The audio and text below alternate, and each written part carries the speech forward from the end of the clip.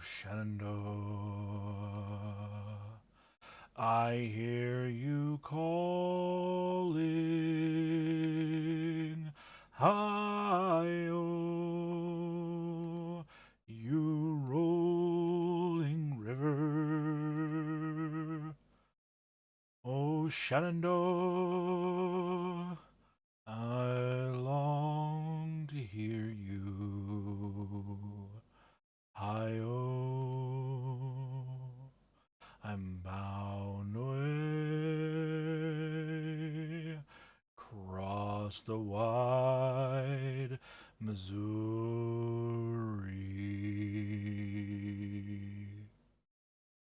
Missouri. She's a mighty river. Hi-oh, you rolling river. When she rolls down, her topsails shiver. Hi-oh, I'm bound away across the wide Missouri.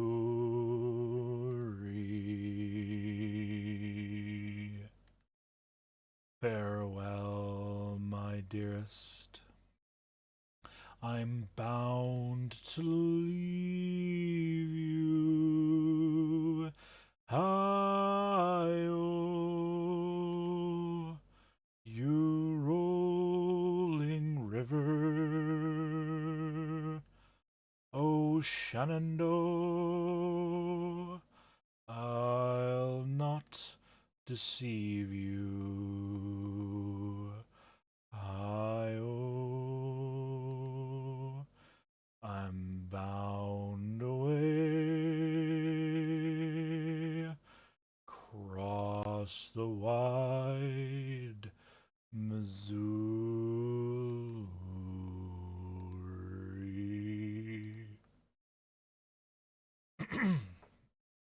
I gotta work on my breath control for that one a little bit, because that's gonna be on the Western album. I gotta work on that.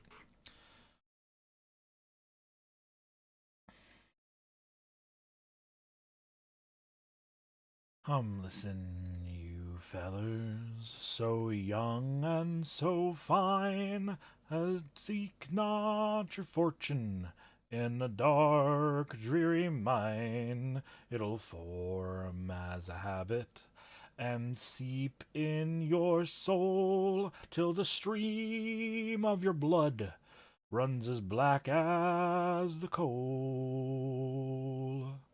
It's dark as a dungeon and damp as the dew, where the danger's doubled and the pleasures are few, where the rain never falls and the sun never shines.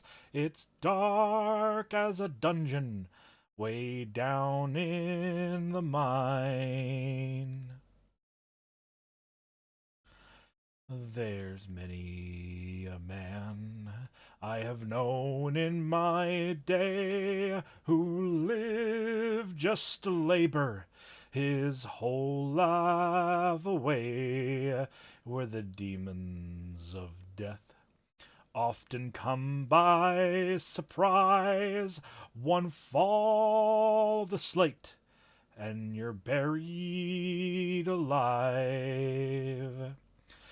Ho, when I die, and the ages shall roll, my body will blacken and turn into coal. Look from the door of my heavenly home and pity the miner digging my bones. It's dark as a dungeon and damp as a dew, where the danger is doubled and the pleasures are few, where the dew never falls and the sun never shines. It's dark as a dungeon way down in the mines. See you after the trailer.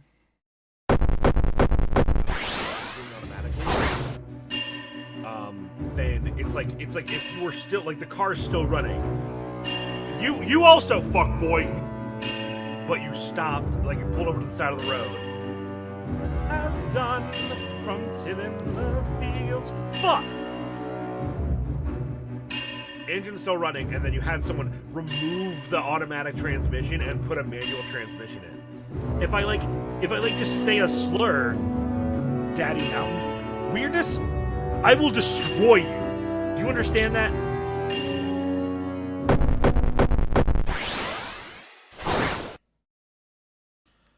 Alright.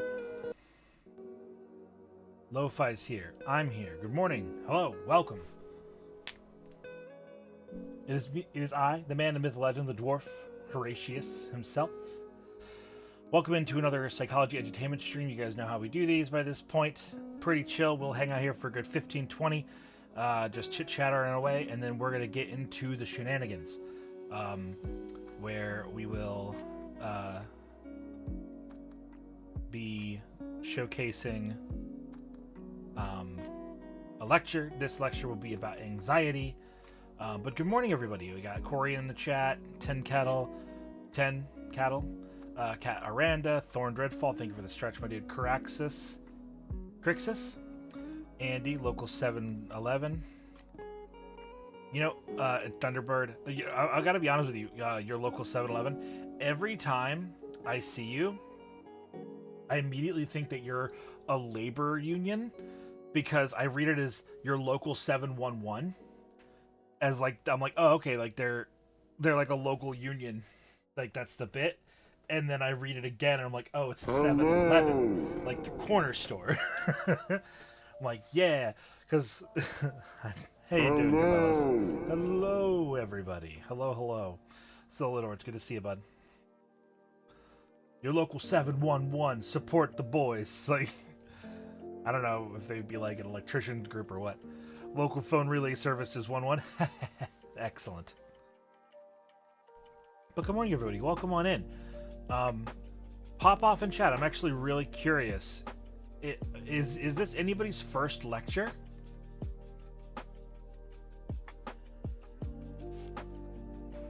I am a union at a steel plant. Hell yeah. It's your first lecture? Hell yeah. Worked on this since you sung it yesterday. Oh boy. What's this gonna be? I'm sure I'm gonna love it, but it's gonna be for real. Hell yeah. So is it just Crixus's first lecture, or is anybody else's first?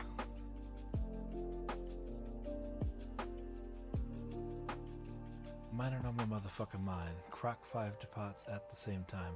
White gold pick, white war hammers made of wine.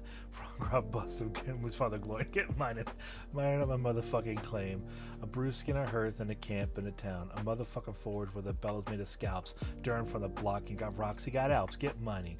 Mining from the motherfucking mats. Eat a strip steak, searching for ore.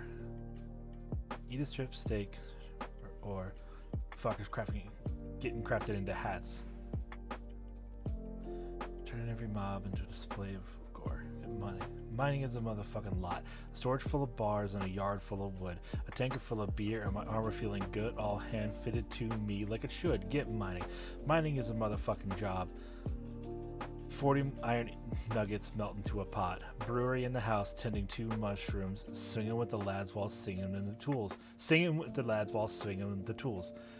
Swinging with the tools, I think is a better one there. Mining ain't the motherfucking plebs. It's a hard work I intended to do when I grew, and I dig all the gems and the ores and the rocks, excavate all the treasure from the mountain's treasure box. Get mining. Mining or your motherfucking life. 2-ton ogre grabbing for my wife. Sharpening my axe, fierce burning eyes. Make them the regret their endeavors twice. Get mining. Oh, Kerbelis, this is so good. This is really good. I got a couple of notes, and you and I should sit down, but this is absolutely fire. I love this a lot. No, yeah, we're doing this. This is a thing that's going to happen. Oh, I'm geeked.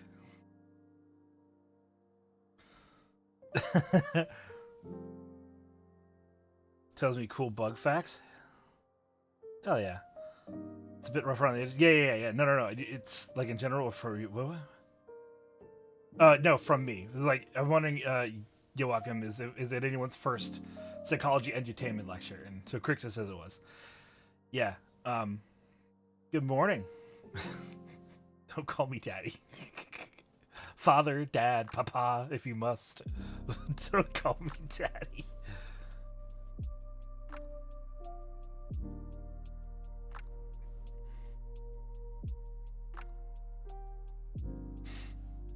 Yeah. Peepaw, sure. Poppy? No, my friend's name is Poppy. I don't want to step on his toes.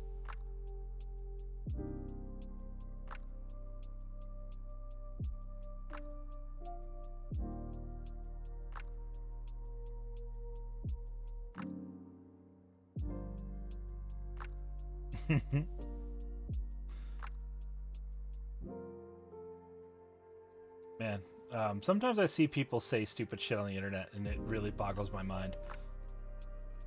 Anyway, let's focus. Oh, goodness.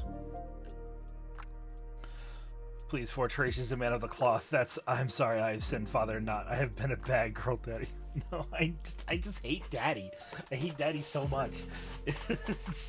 It's just icky.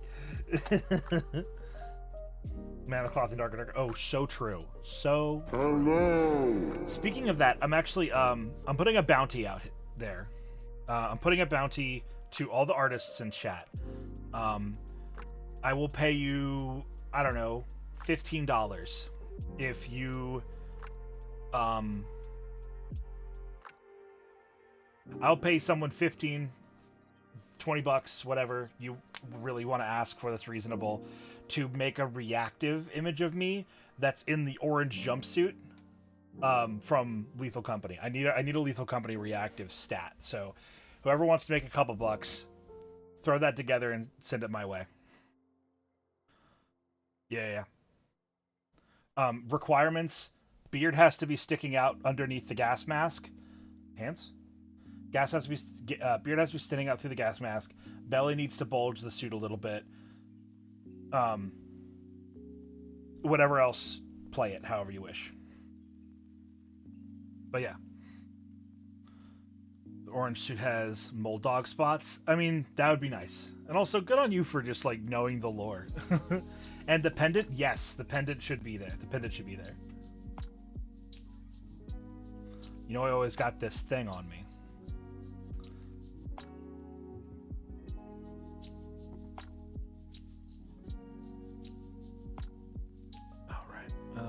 Would it be like that?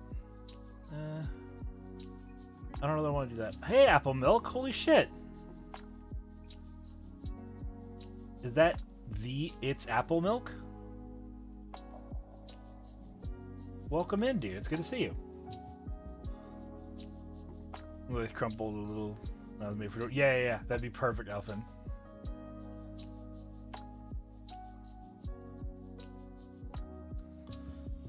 I want it to be this one. Perfect.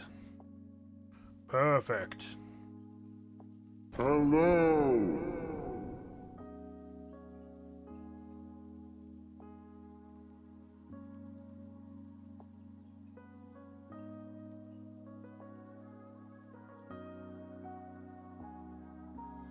I think I've got that all sized appropriately. Come on, Coffee, let's hear what Horatius has to say on the front of Anxeity, which is spelled wrong in your stream title. You know why? I'll tell you exactly why. Because I spelled it wrong a dozen times in the lecture notes, and while doing my lecture notes that I finished up this morning, I got the muscle memory down to do the I before the E, but I changed my stream title before I did that. Also, good morning, Milkshots. What's up, baby? Genuinely, you spelled it wrong to give people more anxiety. Yeah, that's what it was. Absolutely. Totally planned from the break. Easy peasy, Jarrah squeezy. Milk shots. I have a question for you since you're here. Thank you for the stretch, by the way. Burrowing animals suck, shrews and moles are venomous. Yes, true. Milk shots. Were you on my birthday stream last year? I forget. Generate more views to help them. This is a crime known as racketeering.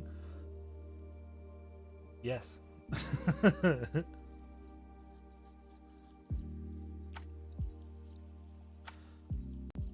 Because I can check. Like, there's a genuine question. Been seeing a lot of these Uncanny Valley TikToks on my feed,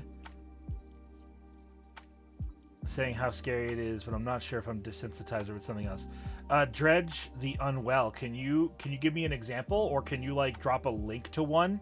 Because I'm not sure that I know what you're talking about, because I don't use TikTok a lot. Thank you, Lady J Psych. Dwarfs have birthdays? Yeah, my birthday is December 14th. Here, you guys want a little spoiler?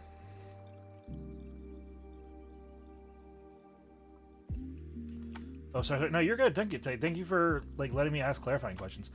That's when you did like half-hour sessions with peeps, right? Nah? Oh, milk shots. If you weren't there last year, you absolutely need to be here this year.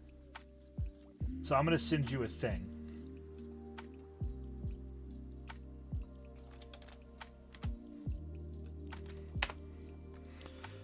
So I DM'd you a thing. I had absolutely had it in my mind that you had been on it last year, but now that you weren't. May I have a spoiler as a treat? Sure. When we go to the lecture, I'll show you a thing. As your birthday's coming up? Yeah.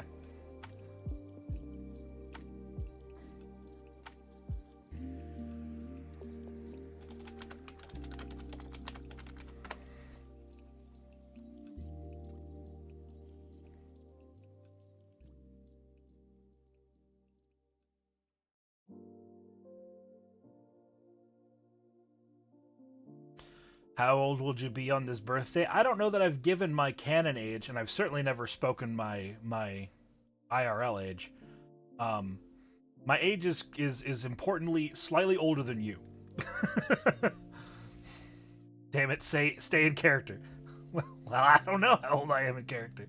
Hundreds of years old. Hundreds of years old. I'm a graybeard after all. Oh, I can close this window. Is your age 469? Hell yeah. You might be older than me. I'm 35. I am older than you.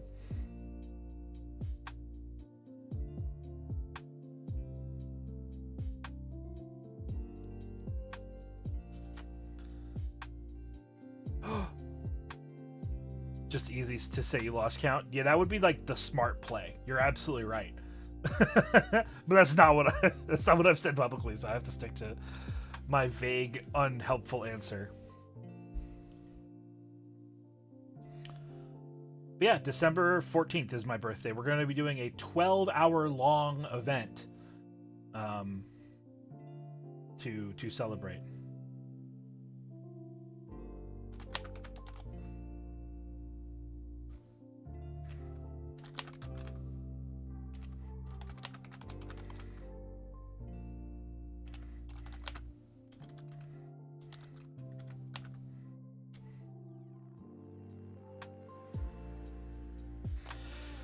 If you're so old that you've lost count, that just puts you in a class of citizen you clearly don't belong in. Otherwise, yeah, exactly. Hello, weirdness. That's excitement. They better give me the day off. Oh, yeah, they will. Person, how old are you? Horatius? Yes.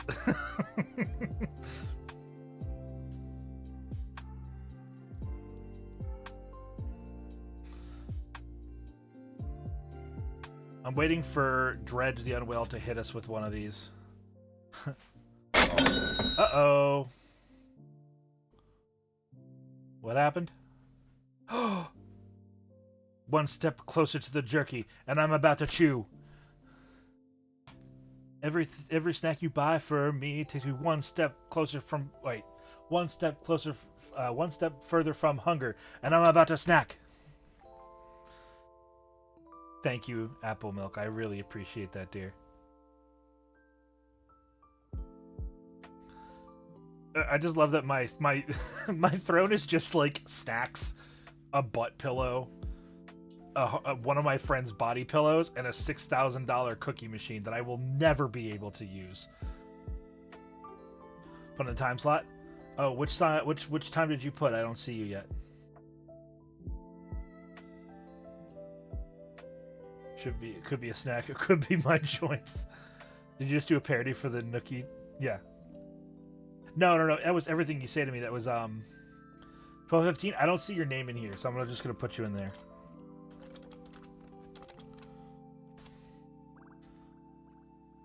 I saw you like highlighted it, but I didn't see a name in there, so I just put you in. Sick. Every time you contribute to be one step closer to snacking, and I'm about to chew. It's a Linkin Park song, if I remember right. Man, is that just going to be my next year's arc where we just rewrite songs to make them more dwarven? Is that it? Is that the 2024 arc, that we just rewrite songs to make them dwarfy? Because I'm in. I'm 100% in. But for real, thank you, Apple Milk. I really appreciate that. That sounds neat. Yeah.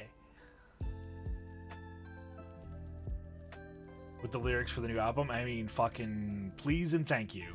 Because Weird Al Yankovic and Dwarvish, nothing. Listen, Crixus, Weird Al Yankovic is literally one of my idols. Like, he's like one of the few people I went and got like a signature from and shit like that. Like, genuinely one of my largest inspirations for creating anything. So, like, being compared to him would be awe-inspiring. All right, it's been 20 minutes. You guys ready to learn some shit about anxiety? Dwarven parody picks, pair of D's pickaxes. Hell yeah. Couldn't find a nicer version of this, but it's some makeup. It's some makeup trend who will try to make themselves look uncanny. Okay. Me watch this. I'm gonna meet that shit. Okay, so it's a woman doing a makeup tutorial. I don't know, I'm kind of nervous. Heh, what is that anxiety? Perfect. Love learning about anxiety. So true. Okay, attempting Uncanny Valley makeup. Yeah, so it's just like trying to make her look a little abnormal. Was it just for... I have no idea, Tin Cattle. I didn't recognize it whatsoever. The 100 googly eyes on their faces to trigger trypophobia. Fancy soups. Also, Aki. Orange is Borange. Can we get a shout out for Aki? And then one for Apple Milk, and then one for Milk Shots. Not necessarily in that order. Please, and thank you. Alright, we're shifting gears.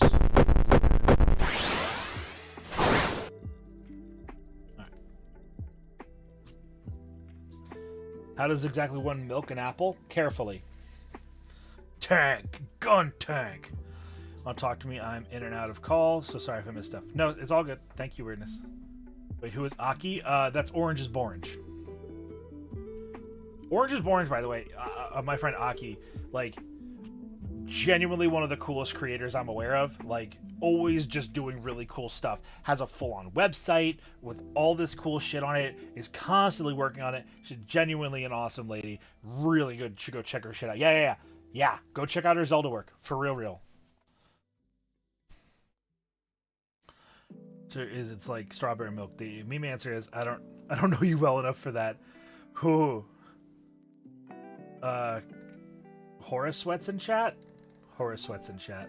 That's what I think it is. Whew. With me in it. Yeah, I'm really jealous. I kind of want it. All right, so this right here, this document that we're looking at is my 12/14 third year anniversary thing. So it is a 12-hour long stream with a year's worth of inspirations to me in it.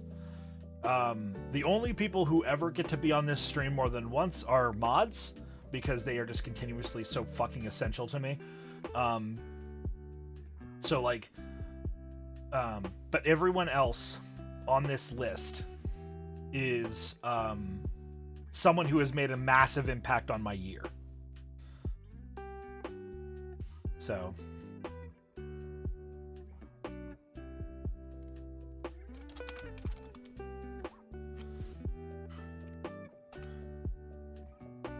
telling how uncanny to see. I've had filed my teeth pointy, so Uncanny Valley is thrown out. No. Saying it's not scary. Yeah, I mean, that's the thing about Uncanny Valley, Dredge, is, sorry, to address your question. It doesn't, it's one of those things where, like, some people are more vulnerable to that than others. Help, I'm tired. Who was the third? Milk shots.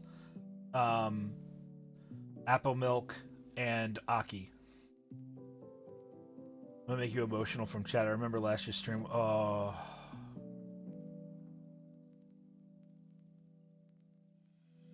Yeah, no, just like I cried very quickly in that one. That one got me real bad. I think it was Weirdness came on really early and just fucking gut checked me, and I was just like,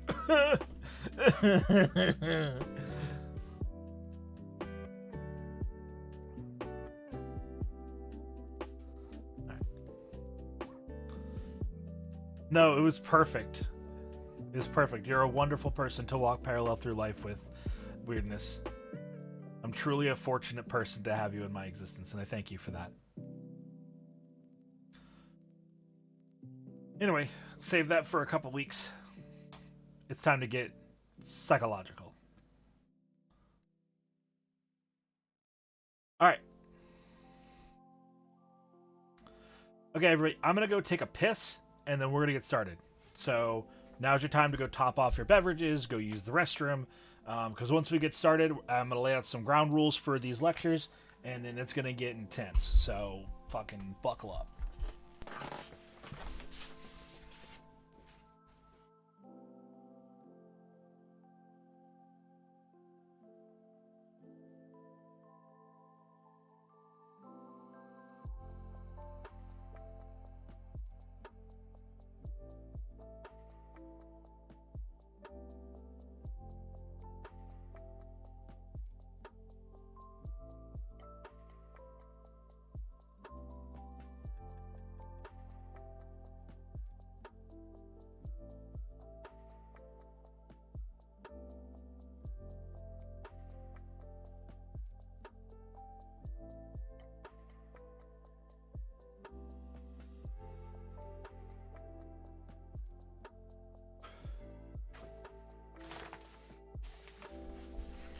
All right.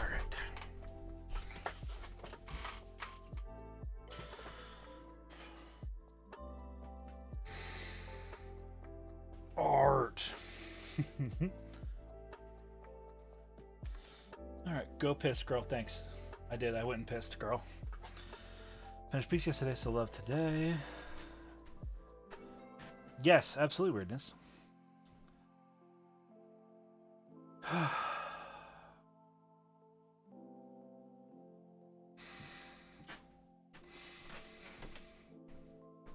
Also, just as a reminder, everybody, please feel free to use exclamation point clip to clip sections that you think are particularly interesting or noteworthy. I would appreciate that. God, you two are so fucking cute. I'm a little large.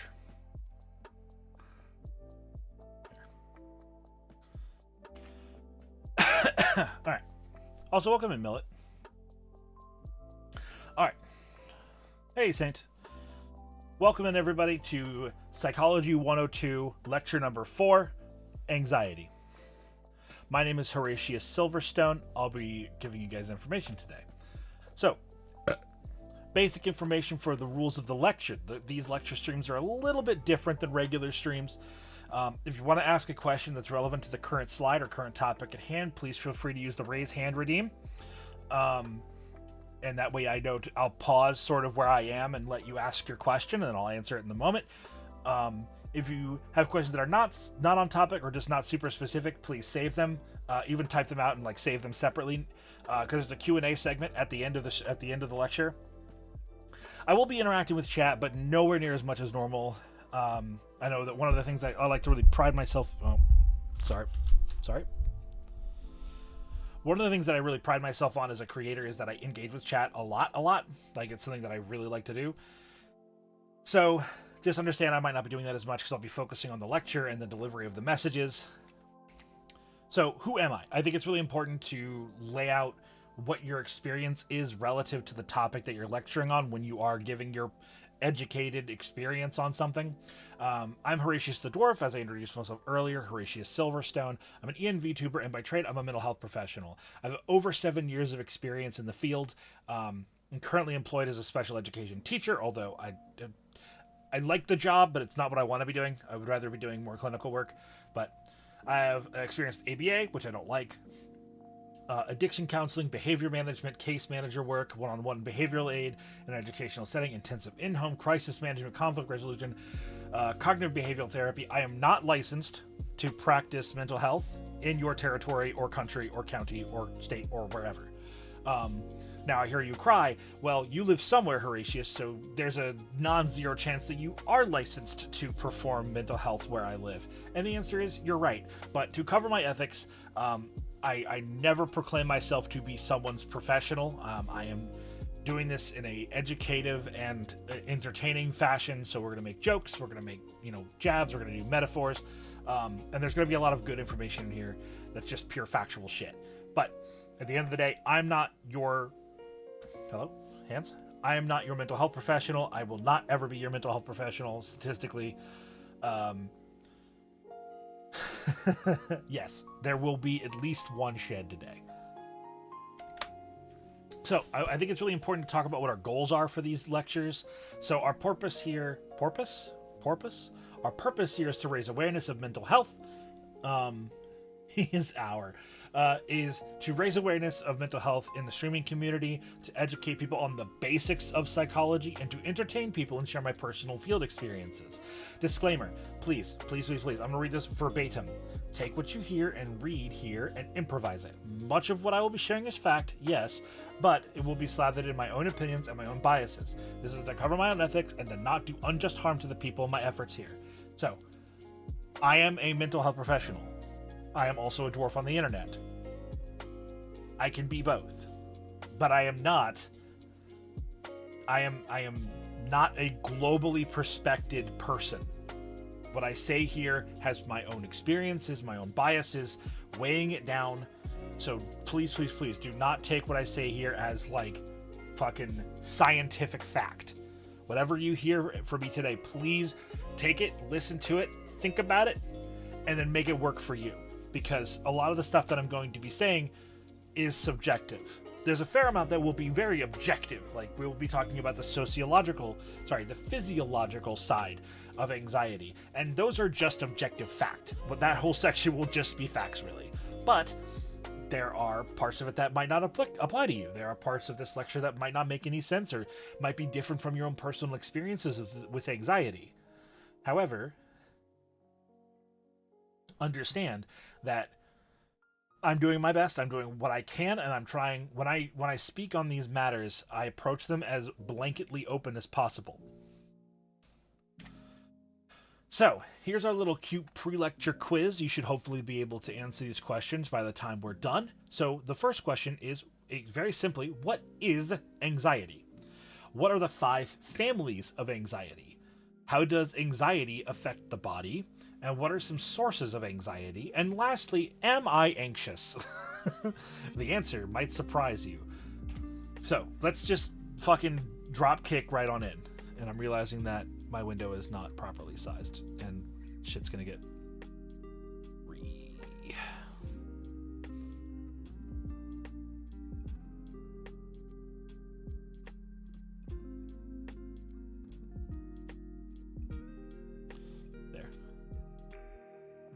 Also, these slides will all be uploaded to my Discord at the end of the lecture. So if there's parts of this that you don't know, you can take a second, go over to the Discord. There's a whole channel in the Horatius halls of the Discord focused on my uploads of all of these lecture notes. So if you want to review them for other times, please do so. So let's talk about what anxiety is. And from this moment on, we're like getting into it. So if I ignore you in chat, it's not personal. I'm just focused. So let's talk about anxiety. Anxiety, very, very simply, is a base emotional state / emotion. It is a completely normal and expected response to stress. Everyone feels anxiety. There is no such thing as a biologically normal or biologically typical person who is completely free of anxiety. That person does not exist. Anxiety is one of the base parts of what you could describe as the human experience. It's a normal response to stress. This anxiety or anxious feeling is often described as a mixture of fear, dread, or unease, as if something is undesirable is about to occur. This is a very big subjective part of this, because how people feel anxiety itself very vastly differs from person to person. So just understand that, and you'll be okay. But the big thing about anxiety is when most people talk about it, they're referring to anxiety disorders. But as we've talked about in previous lectures, the word disorder is very specific. Quiz time. What does a disorder mean? If someone has a disorder, who knows what that means? Because, like I said, being anxious is totally normal. Having anxiety about something is a completely expected response.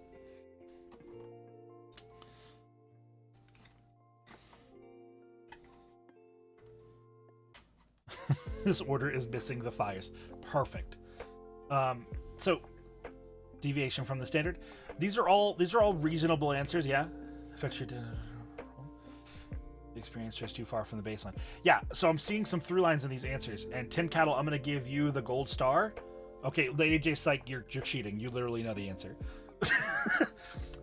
I kind of want to look to Lady J Psych and try to be like, no, let's not see all the same hands.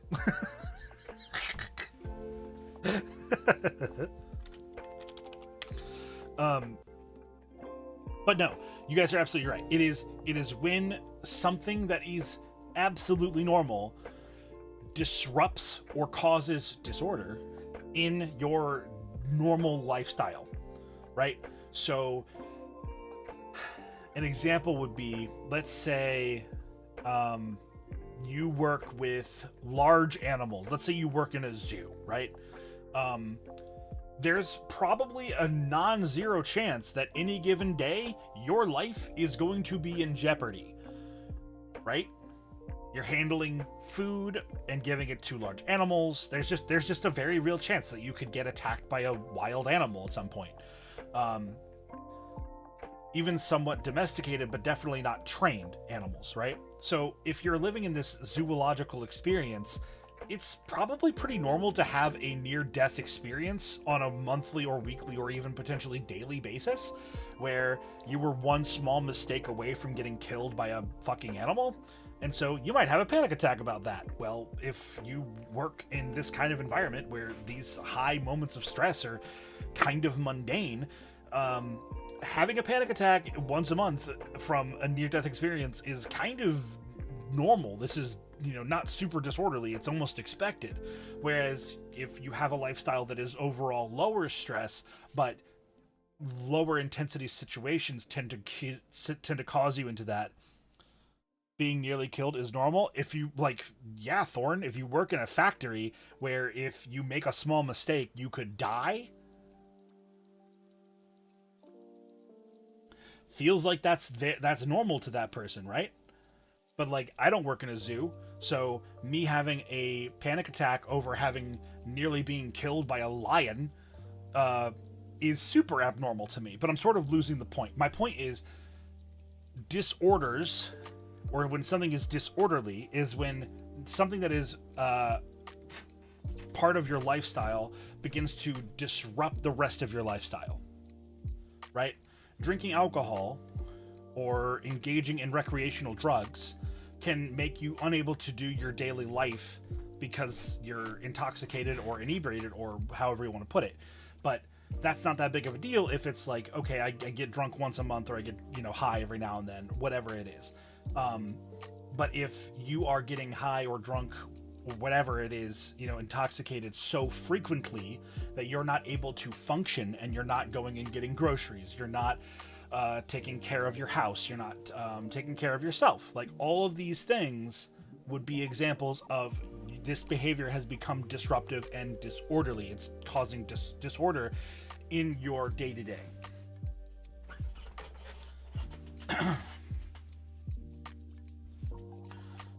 Mistype. No, you're good, Molly. Welcome in.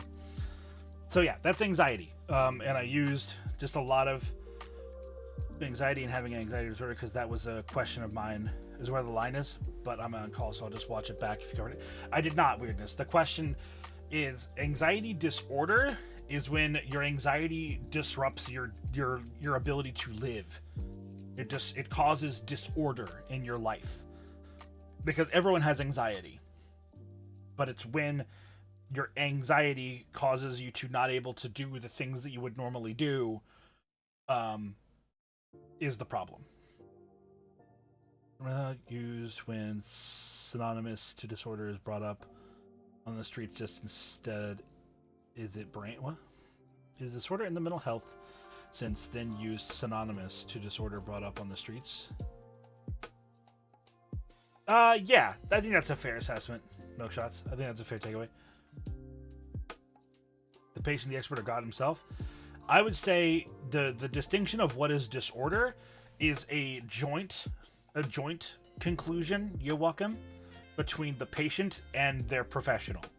Because an expert can tell you when something is disorderly, but they don't know what the baseline is, so the patient has to establish what their norm is to the professional, who can then say, well, it sounds like, if you do X thing 10 times a week, but because of this behavior that you're describing to me, you don't do it half as often, that's causing disruption. Does that make sense? But yeah, this little cute image is the upcoming character in Inside Out 2. I will probably watch that movie, and I might hate it as much as I didn't like the first one. But they're anxiety, so I think that's cute. All right, here we have the families of anxiety, specifically of anxiety disorders. There are many anxiety disorders, but what is? Anxiety is often spoken of when it is occurring to such a degree that it is causing dysfunction. So when is it a problem? When it makes life hard? What does that look like? That's an important question, and here's how I'll explain it. So we have 5 different main families of anxiety disorder. There are many, many versions of anxiety disorders that all fall into these different umbrellas. We have GAD, also known as generalized anxiety disorder, as the name would imply. It's just non-specific in its source. Also, welcome in, Bard.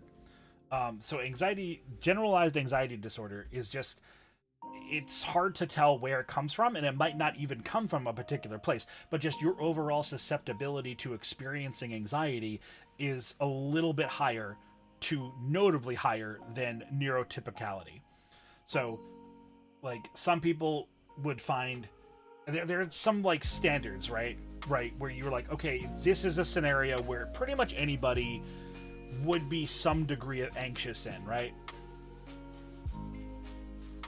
Well, people who suffer from GAD or GAD tend to find less intense situations than that, and are just generally more vulnerable to feeling anxiety.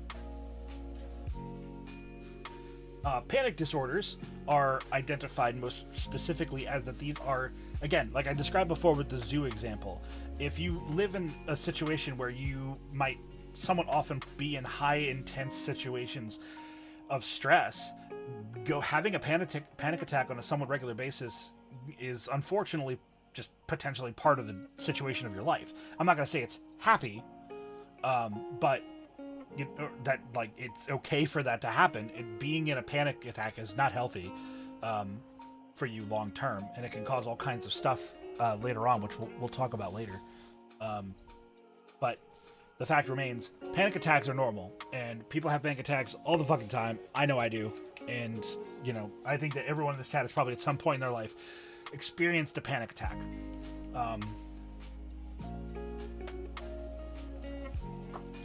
I would say there's a really good sequence. I think probably my favorite version of a panic attack in a piece of media is from the recent what was it? What was it? It's oh my god. What is it called? It's a Puss in Boots Last Wish. Yes, thank you, Puss in Boots. Thank you. I just couldn't remember like the first part of the title. But yes, it's the Puss in Boots movie, The Last Wish. I think that's genuinely a pretty damn good example of what a panic attack looks like from someone else's, like from an internal perspective. But yeah, panic disorders are situations where people are more vulnerable or more likely to have a panic attack. Think of it as like a status condition. In fact, there's an old video game. There's an old SNES game where you play as Scooby-Doo, and you don't have a health bar, right? Because there's not really a whole lot of overt violence in Scooby-Doo, but the main gimmick is that the characters get scared. So when you're playing as Scooby and Shaggy, and you're walking around a stage trying to find clues and shit, and you have an empty bar at the top of the screen. And when you touch something that is scary, the bar fills up the longer you touch it. And if you get away from it, it slowly drains back down as your characters essentially calm down, or you can find Scooby snacks to lower it immediately, etc., etc. You get the idea. Yeah, zoinks, zoinks, zoinks. But when that bar fills up, that's like a death. You take a death in the game. But that's basically having a panic attack. Think of it like a Dark Souls status ailment, if for another more modern version.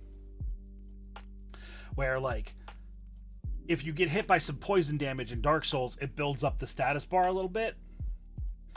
But nothing actually happens other than taking the damage. When the bar fills up, poison gets triggered and it slowly drains until the poison is over. Panic is kind of like that. Anxiety sort of builds that bar up, and when the bar fills, you have a panic attack. And you do recover from panic attacks. They're normally not very long lasting, but they are high intensity. Yeah, suffer for the next few minutes. Exactly. Miyazaki loves his anxiety swamps. So true. But yeah, so panic attacks, panic disorders are just situations where people are particularly vulnerable. So like, let's say they have low resistance to panic attacks, or they're just, what can give them a panic attack is atypical. Phobias are irrational fears. These can be vague or hyper-specific. Then we have obsessive compulsive disorder, which is shorthand is is OCD, and it's a series of actions that one feels compelled to do. We're gonna break all these down. Vogue? Did I say vogue? Yeah, I meant vague. I don't know how to spell. Don't worry about it. It's not a psychology lecture unless there's a spelling error. Am I right? And then we have post-traumatic stress. We've done a whole lecture on PTSD in the past, so I won't linger on it too long. But it was linked to anxiety. Oh yeah. It was so like. Hold on. Pause. I'll get to that in a minute. Do phobias can be fashion? So true. So true. But we've done a whole lecture on both phobias and post-traumatic stress disorder before, so I'm not going to get too deep into it. But basically, PTSD or post-traumatic stress disorder is, as the name implies, at some point in your past, of which you are now post, as in to say after that, right? You are post a traumatic stressor, and that is causing you disorder.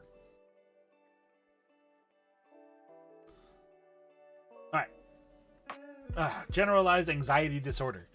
We got a cute little memes here. Generalized anxiety, increased muscle aches or soreness, impaired concentration, irritability, difficulty sleeping, excessive anxiety or worrying. That shouldn't be there. That's dumb. Fatigue, restlessness. They post order but traumatic stress. Sure. What could be giving you anxiety? Let's see. Every aspect of my life. Yeah, so that's true. That's everyone's life, is this little cute Daria 2 panel, is every aspect of our life gives us anxiety, and that is totally fine. I love my wife. Our marriage gives me anxiety. I love my job. I find it very fulfilling. My job gives me anxiety, you know? Like, it's totally normal and acceptable to have anxiety in all facets of your life. the moment it becomes generalized anxiety disorder is when the anxiety that you experience during these moments, during these times, puts you into such an incredible, like, state that you do not function. If your work stress is so intense that it's causing you so much anxiety that you can't bear to go to work because of how stressful it is, that's not normal. That's not acceptable. And you should make things change, right? So let me stay in bed? No. Life's coming for you. Hence why I'm looking for new... Exactly. Not an uncommon thing for people to have work stress that is so intense that it's causing them disruption in the rest of their life. So, firstly, we have to define generalized anxiety disorder. Occasionally, anxiety is a part of normal life. People often worry too much about it, as you can see, blah, blah, blah. GAD is notable because, as mentioned above, anxiety is normal. We all have it, and it surrounds us everywhere and all the time. People with GAD, however, find this crushing and struggle to live their normal lives with their anxiety. So, similar to the person who has panic disorders, who are more vulnerable to panic attacks, people with generalized anxiety disorder have a low threshold for the amount of anxiety that they can experience before it begins to impact them. Like I've said a couple of times now, everyone is anxious sometimes. Happens all the time. Zafani, thank you very much for the follow. Welcome on into the mountain home. I have high GAD. I have difficulty just going outside. Absolutely spookly. Yeah, that is, like, that's just something that folks like you have to deal with. And, you know, we can talk more about, like, how to overcome that. See the depiction of anxiety in Velma? Yeah. I have seen that. That's also pretty good. I'd have to watch it again, but I've only seen it once. That's generalized anxiety disorder. It feels like you're so stressed and put you on sick leave. Ooh, yeah, wow, that feels like super illegal. All right, so let's talk about panic disorders. We have has a panic attack 10 minutes later. Oh yeah, I'm totally fine, super great. I'm completely functioning, totally stable. And honestly, yeah, there are. I used to work with somebody who suffered from panic attacks regularly, and so during the holiday season, because I was working retail at the time, she would have a panic attack. She would be like, "I have to go," and she would run to the back room, and then 10 minutes later, she'd be back, fucking ready to go. You know, panic attacks are just that. They are brief spikes of intense anxiety that basically cripple you. I mean, they essentially stun you, like in putting it in game terms, right?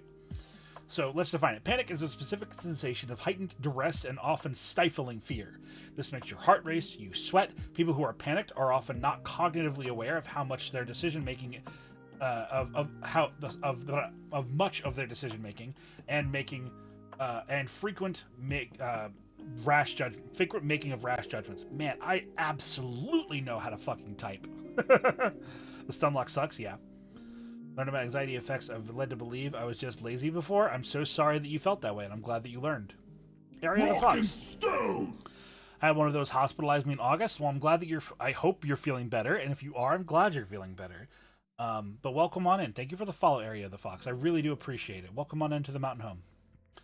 Does shed time mean we're going in the shed? Nope. A lot better. Super, super stoked about that. Can chat cheer Area on a little bit, welcome them in, and give them some support for getting help and being better and feeling better, because that's huge. Cheers to you, genuinely. I hope things work out. These disorders are characterized as situations where people are more vulnerable to becoming panicked, and when they do, their panic attacks, episodic moments of intense panic, are volatile and often disruptive to their life. Month of anxiety. Mom flew in. How about a little hunted for him? Awesome. Stabilize again. Can work fucking wonders. So true. So true. Yeah, big cheers for you, Arya. Genuinely. So, shed time. Oh man, psychology lecture. Calm. He's talking about me! That cracked me up. Okay, so, shed time. For those of you who don't know, I love my shed analogies. So, panic disorders are kind of like if you're building a shed, right? And you're building it, and everything's going fine. Maybe it's a little hot, right? Maybe there's a couple bugs bothering you, right? Um, and then you hammer your thumb, or you hurt yourself in some small way, and then you scream so loud that lightning strikes the shed and burns it to the fucking ground. You have to start all over again. That's kind of what panic disorders are like. After it's a short, high intensity moment, and afterwards you're fine. You know, afterwards you're okay. You can rebuild that shed. You know, genuinely not a big deal, but it can feel like Sisyphus pushing a boulder sometimes. You know, my wrath echoes with the gods. I think I must be doing anything wrong.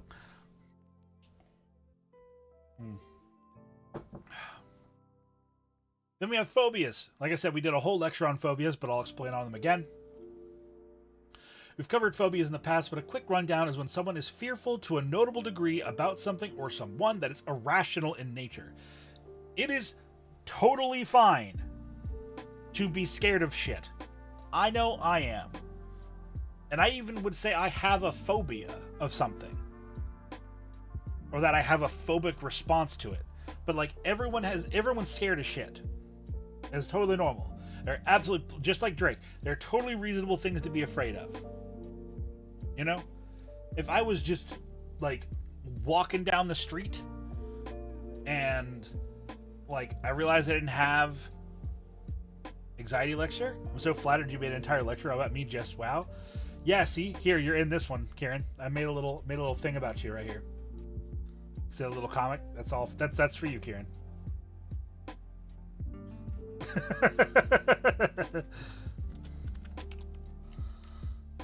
Hello, Songbird Lulu. Or is afraid of puns. I'm not afraid of puns. I just don't fucking like them. Alright. So, again, phobias. Totally reasonable stuff to be scared of out there, right? It's when, like, here, I'll give a super easy. It's Lunari. Oh, okay. Well, welcome in. It's good to see you. Thank you for explaining that. I didn't understand. Like, for, let's just say, no, let's go back to our example about the zookeeper, right? If you work in a zoo and there are like timber wolves in the zoo exhibits, it's not a phobia to have your throat ripped out by fucking timber wolves. That's just something that might happen. But if you work in a school, then and you work in a school in a city where there are no timber wolves, right? And you're like, I am petrified every single day that in my walk from my house to my car, I might get my throat ripped out by timber wolves. That's irrational. Or sure, those kids cannot throw up your throat. Oh, they sure as shit can, Cabellos. I always thought phobias were considered irrational due to the level of fear rather than the source being irrational. It's a mixture of the two, Millant. Yeah, Millant. It's like what you're scared of can be irrational, and the degree by which you are scared of it can be irrational, right? Like, I live in a place where there are venomous spiders that can kill me. They can happen, right? But, so it's okay for me to be scared of that. It's okay for me to be scared of bumping into an animal that could fucking kill me. It's not reasonable for me to basically wear armor in my own house all the time because I might get bit by a spider that can kill me. That's not rational. It's silly. So, like, it's both. What, the school mascot is Timberwolves? God damn it, Rune, no. You can throw the Timberwolves incredibly low, but never zero. So this little meme I thought was pretty cute. Totally reasonable thing to be afraid of. That small spider that looks like the one that sent my family member to the hospital that one time when I was a kid, and I have a deep memory of kept it with me for decades. Yeah. Perfect, Dragon Spartan. So then we have obsessive compulsive disorder. I picked this image like specifically to piss off chat. I think it's really funny. My therapist, what's really bothering you? Me. What would you call it when rain brings out an anger anxiety reaction, but you only when caught in it? That seems like a pretty normal reaction to being caught out in the rain, if I'm being honest with you.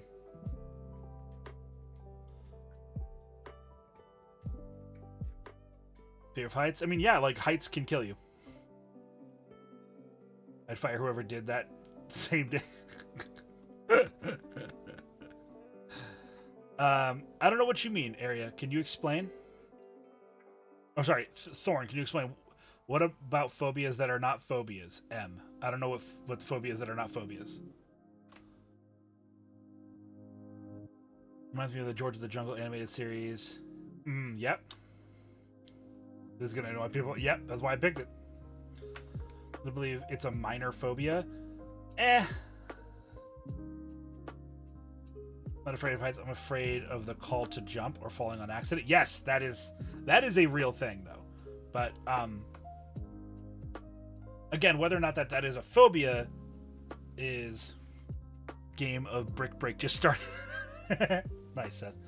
Such a fear of moving heights, she crushed my hand on a Ferris wheel. Yeah, that's reasonable. Beaten gotten hit with a water balloon and bam, anxiety. So yeah, I mean, that sounds like, I don't know, like it's very specific, right, Area? But I think that there's a lot of potential for that to be considered a phobia. A lot of internet people calling other people like xenophobic. I don't know. That sounds like stupid internet shit to me, Thorn. I'm not gonna lie. I don't really know what you're talking about, but it seems silly to me. See, Area, to me that sounds like you have some sort of sensitivity to being wet, specifically. And like getting wet has like a bit of a trigger response to you. Strapped in on no problem. I can barely cross a bridge. Interesting, Volk. It sounds like that's a security thing. People when they are kids were afraid of the dark. It's the fear of the unknown. You know, brain little, brain simple. You may be allergic to water. No. Water thing sounds control your body state. Anyway, I gotta focus. I'm getting sidetracked. So yeah, obsessive compulsive disorder. Let's define it. So again, this is one of those things where it's like humor, like impressively well labeled because it's humorously easy to define. The name says it all. It's a pattern. It's a pattern behavior that's disorderly. So we know what's what makes it a disorder. You can be wet. Oh my god. Aaron, you're killing me. There are VTubers in this chat. You can't say that shit. If I hit myself wet, I'm good. You get me wet, ew. I'm sorry. That was probably inappropriate, but it just fucked me up. Okay, so let's break it down. What is it's one in which one is compelled to engage in an obsession, right? So what is an obsession? It's an idea or a thought that continuously preoccupies or intrudes a person's mind. What's a compulsion? A behavior that someone feels that they must do, right? So similarly, here's a good example for sheds. When you're forging, when you're blacksmithing, you'll see people hammer the anvil to help reset their rhythm. That's because hitting the anvil with the hammer helps the hammer bounce back up and helps you keep in rhythm with your strikes, right? However, with something like shed construction, if you're building a shed with a hammer and nails, and you like tap swing on the nail, that's kind of compulsive. You're like it's a muscle memory, right? Well, it's different though if it's like, okay, I grab some nails out of the box, I have to twirl the nail before I put it to the wood, tap tap swing, take the nail out, twirl it, tap tap swing. Right, that twirl is not helpful. That's something you're doing to satiate your own anxiety about the matter somehow. Like, obsessive compulsive behaviors can be very small and they can be very big. They're often caricatured as stuff like, flicking the light switch on and off 3 times before you walk into a room, right? It's like I do one. It's a small one. It's super small, which is why it's an excessive compulsive behavior, not a disorder, where I always triple click the lock on my car. There's no need to do that. It works the first time every time. At the worst, 2 times you need to do it. You never need to click 3 times. Right? This fella gets me. As a child, I had a horrible dependency on being symmetrical in what I do. Like if I hit my hand on the door, I'd feel even and unwell until I had my other hand in the same way. All affected how I breathe, how hard in versus out. Less my environment needed to be even, and more my body needed to be. It only flares up in stressful times. Would you say that falls under? I would say not diagnosing you, wink. That does sound like compulsive behavior, but it doesn't sound like it causes you disorder. You know what I mean? Like, I think a lot of people have those sort of eccentricities of compulsive behaviors. But yeah, I do things in threes all the time. Yeah, exactly. It's just a little compulsive thing. Figured that out in therapy. Okay, so yeah, that's obsessive compulsive disorder. Post-traumatic stress disorder. Again, we talked about this in length in a recent lecture. Those notes are on the Discord, and the lecture is on YouTube. So you can do !YouTube or !Discord to go track that shit down if you want to go and see it. I highly recommend it. We did the whole lecture, but similar to OCD, PTSD is very easy to define. In fact, the pinned message, if you hadn't noticed, is a link to a new short we just uploaded. It has nothing to do with psychology. It's a gaming video, but it's very funny. People with PTSD are in the post time in their life after a trauma in which they are experiencing a disorderly amount of stress concerning it. So essentially, if you experience a trauma, and to be clear, a trauma is a moment of particularly high stress that scarred you metaphorically. At least, it could have scarred you in other ways as well, but more importantly, it scarred you metaphorically. And I do mean that very vague on purpose, right? Because everything has the chance to traumatize you. And what would traumatize one person will not traumatize another person. I've literally sat next to somebody in a experience that I walked away not altogether that unaffected, but not like crushed either. And that person that I was literally sitting right next to has been traumatized and is still recovering from. Like, that's just how trauma works. What traumatizes one person will not necessarily traumatize other people. Which is why when we're working with people who are experiencing trauma or recovering from traumatic experiences, it's very important to base your approach very individualistically. There are some baseline approaches that you can do with people who have PTSD, but generally speaking, if you're working with someone who has PTSD or has experienced the trauma and is recovering from it, you need very individualized care. Like anxiety getting a car too close to the road from a previous car accident? Yeah, I think so. Of a car getting too close on the road. Yeah, I mean, I think that could be a trigger, like a PTSD trigger, for sure. Could be. Okay. And sometime after that experience, your life attains some level of disorder due to a stimuli that sends you emotionally back to that traumatic experience. There are many variants of PTSD, of course. There are people who have like the stereotypical version of PTSD where they experienced a very visceral, potentially and most likely life-threatening trauma, and then let's say you were in a car accident and the car you were in had a little head ornament on it that was a chicken, and so whenever you see a chicken, it takes you back to that moment because your eyes fixated on the figurehead of the car, and now you've associated, full chickens with being in a car accident that nearly killed you. You know what I mean? Like, it can be very, very, very minute shit. Oh shit, yeah. So, PTSD, when building a shed, is like, let's say you're building a shed and you get some lumber and one of the pieces of lumber is different, so you notice that it's different and you realize it's ash, and someone says, oh yeah, that's a nice piece of ash, and that phrase, piece of ash, reminds you of this time where someone called you a piece of ass before they stabbed you 4 times.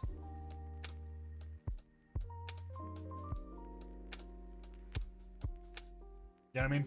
Like, that's a very visceral example, but, the point is PTSD can come from anywhere. It can attack you from any angle, and until you understand it, it's very difficult to get ahead of it. Because of a traumatic incident, I walk out of party events. Yeah, absolutely.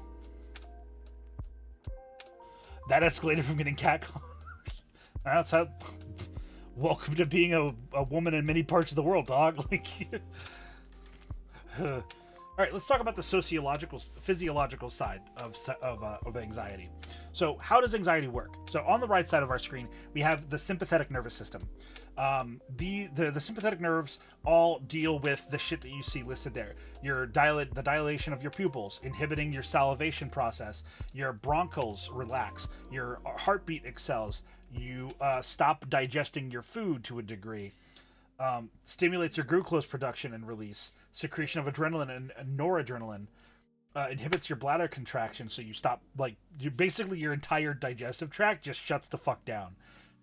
Stimulates orgasms, is a part of your sympathetic nervous system, but not particularly important to what we're talking about right now. Although there are cases where people experience high levels of anxiety and literally bust nut. It happens because your sympathetic nervous system is weird. And this is like weird, but like I think it's fun to talk about. There are instances of people. There are instances of people who know and understand that they have this sympathetic orgasm response to anxiety, that they will intentionally pursue anxiety to come.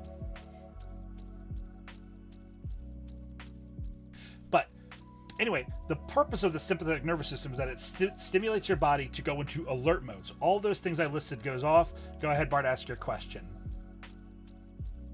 I am not those people.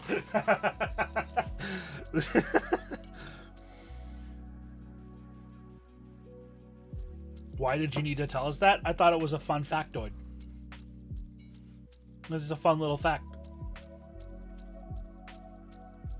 You're welcome. Alright, so the alert mode means your body shuts down all its non-essential systems, your heart rate spikes, and you can feel all manner of hyper. This has a sloping effect for other anxiety disorders, as your body is frequently in this elevated state. So, thought he had misspoken. It turns out he did not. Yeah. So this is interesting, right? A big reason why it's actually a problem outside of the behavioral aspect to have anxiety disorders that are untreated is because if you frequently and often are in these elevated states of anxiety, it can have long-lasting health problems, can contribute to long-lasting health problems. Your sympathetic nervous system is an essential part of our body, but if it's always, like, if it's daily going into high alert mode all the time because you're anxious all the time, it can burn out your systems and make them less responsive to more, real alarms. I hate that because of this, my body also reads excitement for stuff like cons of meeting people as a trigger. Yes, exactly. That absolutely happens because, again, your shit can mismanage. So, like, the psychosomatic organ bullshit. Yeah. Yes, physiological is what we're talking about. So, like, it's a very real issue. It's a very real issue. Because if you are constantly in this elevated, anxious state, it can age your heart. It can deal damage to your lungs. Because, like, essentially, like, think of it like this, right? You're basically slamming the nitrous. You're basically going into an enraged state. And just like how in D&D, when a barbarian goes into an enraged state, they're fatigued afterwards. Well, you might not necessarily feel that fatigue directly in the moment, but your systems are getting worn by that. So this shit will affect you over years and years. Why I weep when I'm excited for years and I might have elevated anxiety all the time? Yeah, I would go look at the P organ. Perfect.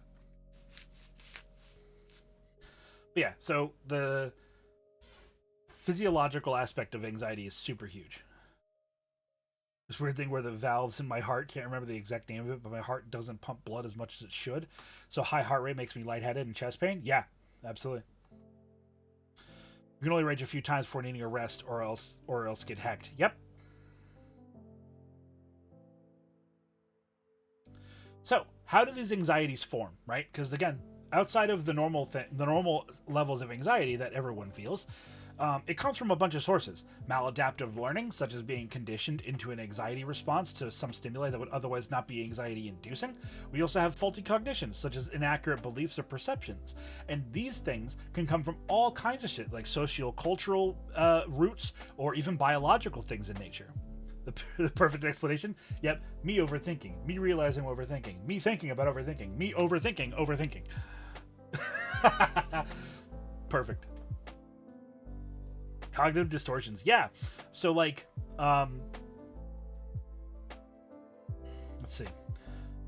Your traditions could prime you to be fearful or otherwise innocuous things. Maybe you have a biological abnormality and that has shifted your perception on the typical. Like, again, like we all come from very different walks of life. We experience different things in a multitude of ways. So like, again, like similar to how trauma is different from person to person, what might be an anxiety-inducing experience for one person is not necessarily going to be anxiety-inducing for other people. And you can see these situations where, like, again, you can put like 10 people in a room, show them the same stimuli, and some of them are going to get anxious, some of them are not. And that's not neurotypical or not neurotypical,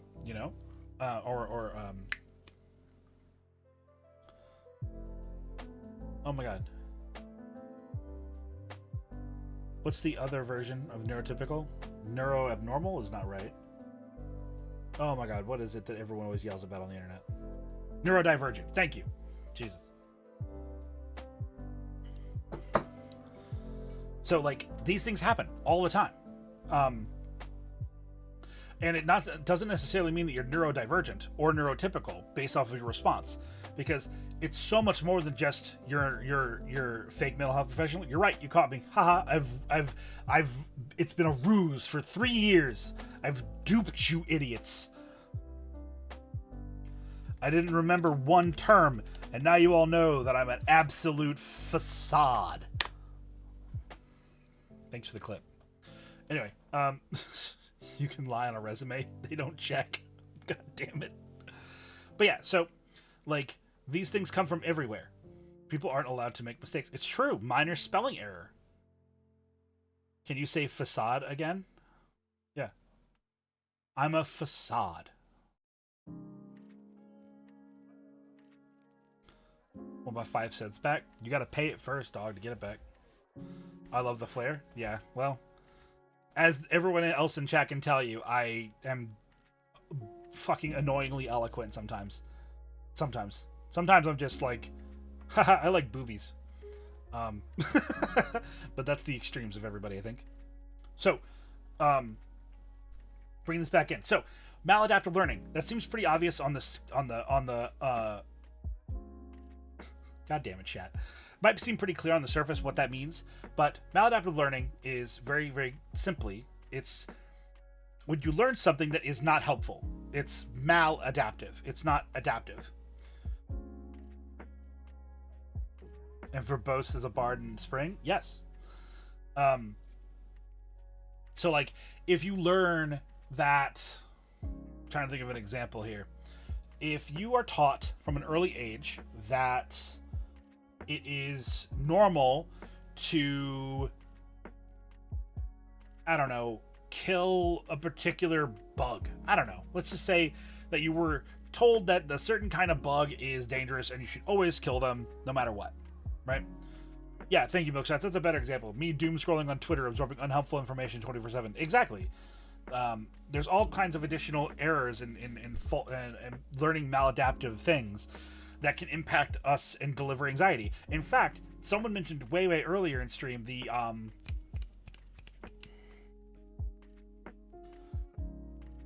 what was it called?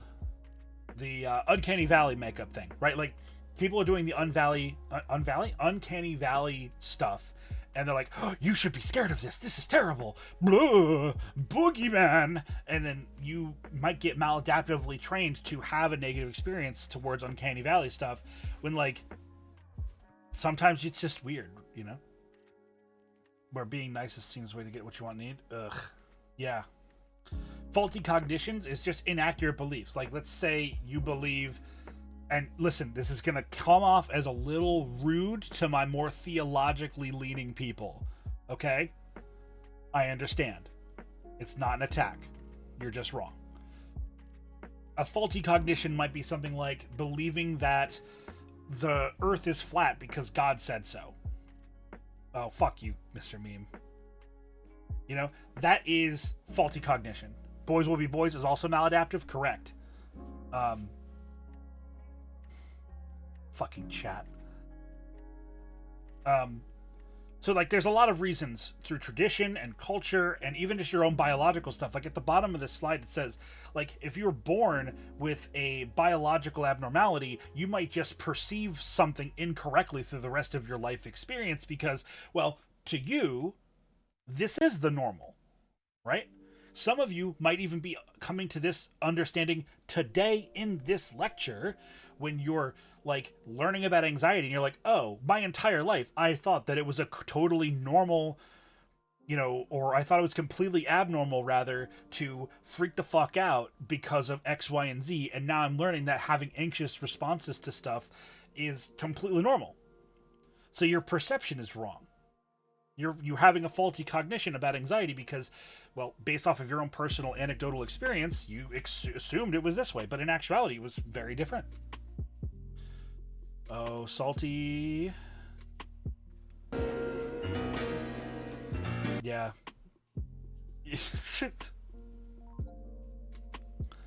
I've had a lot of people send that to me. Salty, I assume you're in chat.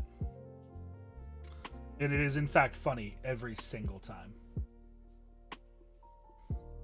Yeah, Jamiroquai is pretty solid.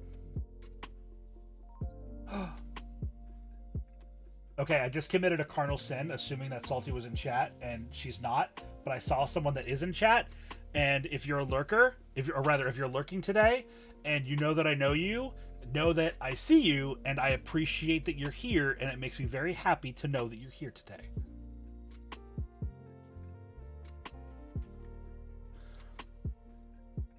And to be super specific, I'm talking about lots of people, but the person that I'm speaking particularly towards, you and I should work together on a country song. Maybe we should duet a Port Sulphur song. Wink. Wink. Wink. Oh, wink. Sorry, I appreciate you too. Thanks. Formless Chaos, welcome in. Mr. Mead, you're fucking killing me today, dog. Catching me fucking off guard with these clips. Alright. So, here's a recent study that I looked at. I thought it was pretty cool. Recent advances in the understanding of and psychological treatment of social anxiety disorder. Social anxiety disorder, known as SAD, which is the hilarity of that is not lost on me, is characterized by persistent anxiety or avoidance of social situations because of a fear of negative evaluation. CBT, or cognitive behavioral therapy, typically with an exposure component, is a first-line treatment for social anxiety, but there remains room for improvement with regard to treatment efficacy or efficiency. Therefore, the field continues to better understand the mechanisms underlying SAD and its common and complex comorbidities in order to develop targeted interventions to improve symptom outcomes. Additionally, efforts are underway to improve the efficacy and accessibility of CBT. This review outlines major advances in understanding and treating of SAD in adults over the past roughly 3 years. Themes are identified and discussed, and recommendations for future research. Hey, Fruity. Was SAD is preventable, and that sentence had me laughing my ass off. That is very funny. I'm sure. Which sentence? Lady J Psych, I think that Fruity is referring to a particular sentence in this was humorous because of what they just saw. The irony is strong? Yes. Is seasonal depressive also SAD? Season of affective disorder? You bet it is, which is why acronyms are fucking bullshit. But I don't need to get on this high horse. All you need to know is that I think that acronyms are bullshit and they don't fucking help. Anyway. Social anxiety applicable to the home? Yes, there is social in your home. Double sad. Man, you got one sadness. I'm behind 7 sads. The big sad. Hello, Radio. Welcome in, dear.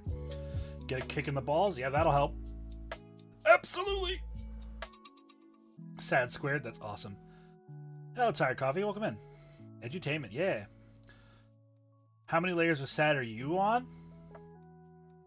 0. No. But so this study done by Wolitsky Taylor and Lebow. Where's my French people? Help. Joke, please. No take serious. Acronyms are bullshit. Fuck you. The healthiest VTuber. It's in all ways but physical. I'm the healthiest VTuber. Sadly, you motherfuckers are on it today. Yeah, so this is all about how our growing understanding of social anxiety disorder has changed. I have a question for you all. So look at social anxiety disorder, right? It's characterized by a persistent anxiety or avoidance of social situations because of a fear of negative evaluation. The healthiest first male VTuber, perfect. I want you guys to look. Lebeau, thank you. Which of these do you think it is? Do you think it is a generalized anxiety disorder? Do you think it's a panic disorder, a phobia, an obsessive compulsive disorder, or a post-traumatic stress disorder? The answer will surprise you.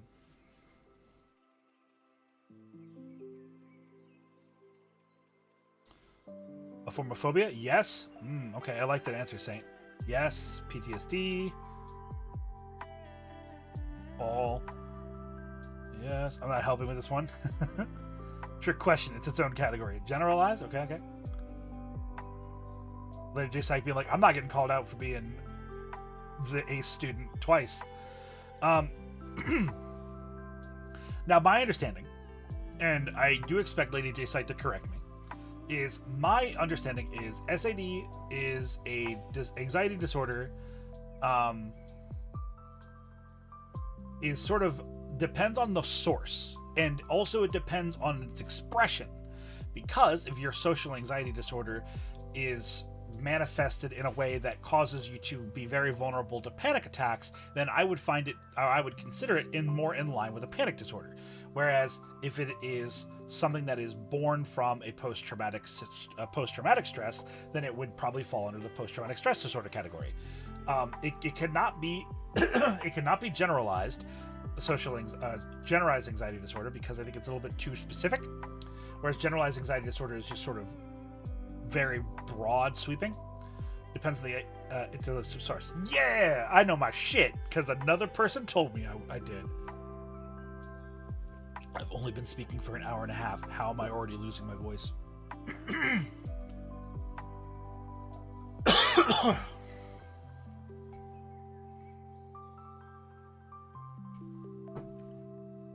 I am drinking water. I've drank a whole fucking stein of water. Ugh. All right.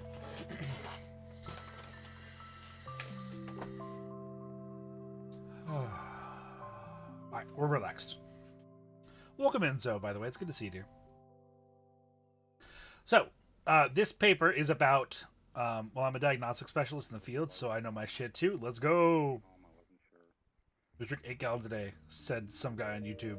Told me it's good for you. Oh, okay. So, yeah, it could be a social anxiety disorder can be a multitude of different disorders. It depends on its manifestation and where it comes from. But yes, not necessarily all of them, because I don't think it could be generalized I don't think it could be generalized anxiety disorder because it's too specific to being general. So why are we talking about anxiety? Anxiety is a core emotion to our understanding of it when it is becoming disorderly to our daily function is invaluable to our mastery of it within us. Anxiety is a core emotion, and our understanding of it, and when it is becoming disorderly to our daily functioning, is invaluable. I worded that really poorly, but basically, what I'm saying here is the reason why we're talking about anxiety is because it affects all of us. It's a core emotion. It's literally a part of every single person's existence, and understanding not just when we're anxious and what that means for us, but why we're anxious and sort of learning its truth is really an important set of tools for us to be able to master our own anxiety, because you can do that. You can learn and understand what makes you anxious, and once you do, and I've seen some of you talk about it in chat today, by understanding what makes you anxious, embrace the comma, listen, you can like outsmart it. Many people struggle every day with their anxiety. Even more people find themselves spiraling into disorder. Hands? Spiraling into disorder. Thank you. Due to a lack of understanding of what they're experiencing and how to come to grips with the typicality of anxiety's presence within us. So, think about not just that you're anxious, but dwell on the why and find answers to those problems. You cannot overcome these situations with help or alone. Or sorry, you can. Fuck. You can overcome those situations with or by yourself. Panic wins when you surrender control. Damn, no hope. My man Horatius tell me I'm fucked. So this highlighted bit is aka thought challenging. Yes, this little part in the highlighter is a little bit whimsy, so forgive me for getting a little bit, metaphysical or metaphorical. But hey, I know many of you in this chat and in my life personally struggle with these emotions and feelings. You're not alone, and owning that anxiety as a part of you is a keystone step in mastering the self. Sorry to get all mystical about it, but I truly do think that it is imperative that we focus on getting a higher level of control of our own anxiety, and I see way too many people get swallowed up by it.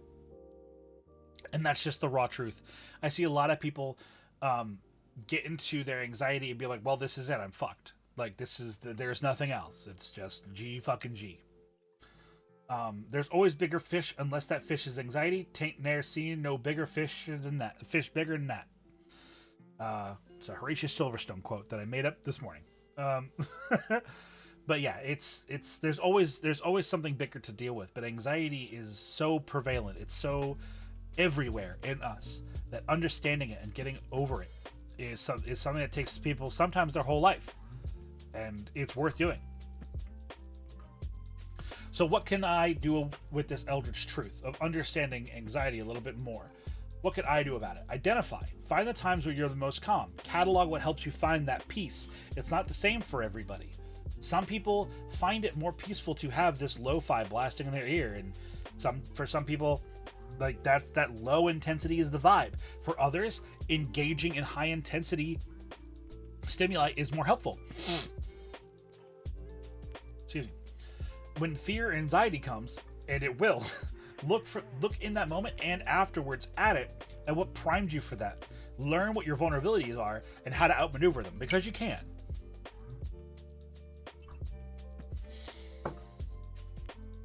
Hell yeah, Spookly, that's awesome. So develop approaches. Learn how to anticipate that you're going to be anxious, or to anticipate your anxiety. Study that anxiety, and when you understand its roots, outsmart it and outsmart yourself, which is possible. You can always pre-plan and always get ahead of yourself. I do that shit all the time. I'm literally doing that right now with my weight management. I'm trying to lose weight, so I know that I eat healthy and I get a lot of exercise during the work week, and then on the weekend I fucking eat like trash and I don't do nothing. So I'm trying to make sure that there's always healthy snacks in the house. In fact, after the lecture's over, we're going to put healthy snacks on the throne, and I want you guys to buy the healthy snacks to help me. Honestly, that's what we're doing. I'm writing it down. It's going to happen. In fact, this is just a genuine in-the-moment thought, and I don't know where my pen is. Shit. That shit is fire, I know. But the meat, I want the meat too. It's healthy when it's like that, I think, kind of a little bit. Plus, it's not like anyone's gonna ever buy that fucking beef jerky. It's been up there forever. Even though Apple Milk threw some money on it today, which I'm very grateful for, and I appreciate that. Eat your goddamn vegetables. I love vegetables. I eat salad for lunch every single day during the work week. And then I'm home and I eat shit. Like, Steve, thank you for the 22 months, my friend. Thank you. So, recognize that there is something of value in your anxiety, okay? It exists for a reason. Sift through it through the finest sieve and analyze it. You might find more about yourself in the process. Like going back to your PTSD, understanding why you're having post-traumatic stress about something can teach you a lot about who you are. Can teach you a lot about what you value. Having phobias, you can learn why you're scared of that thing. Why does this thing in particular have so much weight over you? Why do you care so much about that? Because you do. Why are you generally anxious? Why? What is the benefit there? Because there is one. but you have to understand why your anxiety manifests and what the purpose your mind has in store for it. You can dig deep enough to find that answer. And avoid shaming yourself or others. Not just about your own anxiety either. You can set yourself off, and that's no one's fault. Someone else may do it, and it's all right. Life's messy, and relationships between people get mired in these moments. But stand stalwart and forgive each other. God, yes, not being self-deprecating is so good, actually. Yes, I've been saying this for years. You're welcome, VTubing community. Own your vulnerabilities as you are processing them and strive to improve. These things are worth doing. They're worth processing. Like, and it's okay to have those vulnerabilities. Everybody does. Everybody does. There are things that I am vulnerable to that will always hurt me. It's not no you, it's you also. So true. So true. So, why I never turn down a person who wants to apologize? Yeah, that's a good way to take that. I have a question. I think I answered it, kinda, for myself. Good. Good. Ask it if you want anyway. Everyone go ahead and breathe in this post-lecture quiz. I'm going to take a quick pee break. Be right back.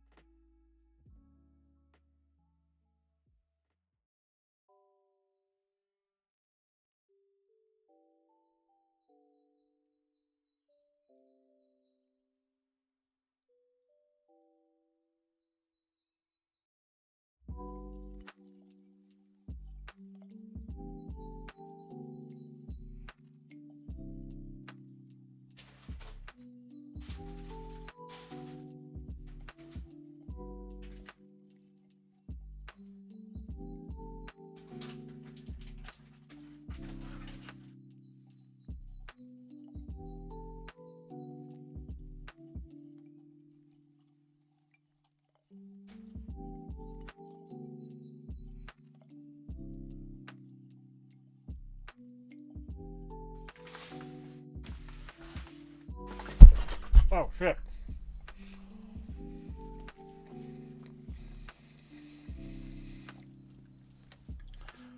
Sorry about that. Alright. This feels like having studied for the wrong test.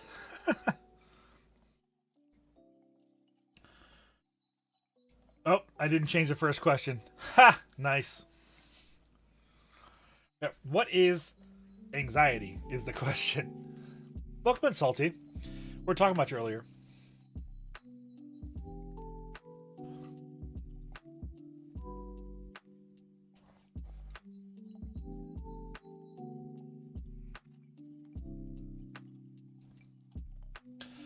I didn't change any of them. What are you talking about?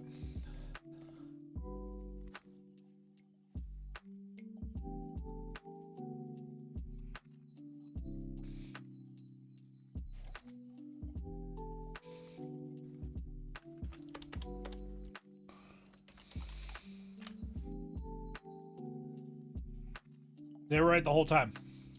Talking behind my back? No, Salty, I assumed you were here. That's lectures on gaslighting. Now, Salty, you sent me that funny little meme in our DMs, and I was like, oh, I bet Salty's here. Because people have sent that to me like 3-4 times. It's hilarious every single time. Gaslight, gatekeep, girl boss, yes! I'm eating smoked salmon and a burrito.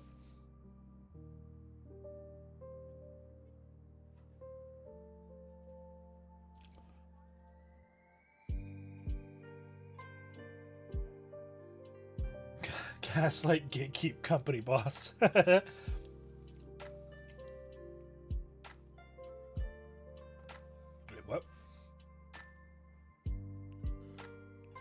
think there's a... Wait, what was it?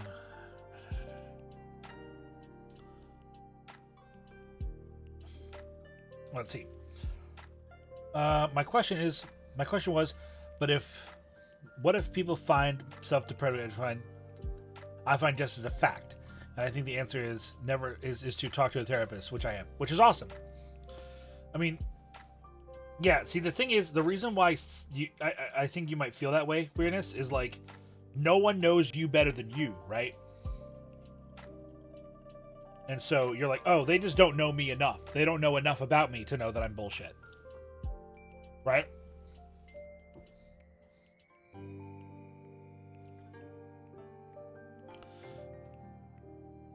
This lecture? No, you're good. Sound of gaslighting. Is there... That everyone telling horror that something was wrong. I get super anxiety if I ever have to correct someone.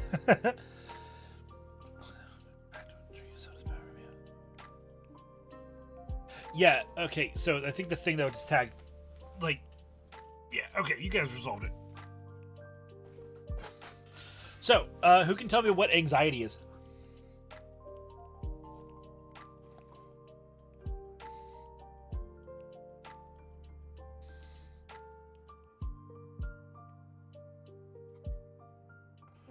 A base emotion? Hell yeah. Good answer.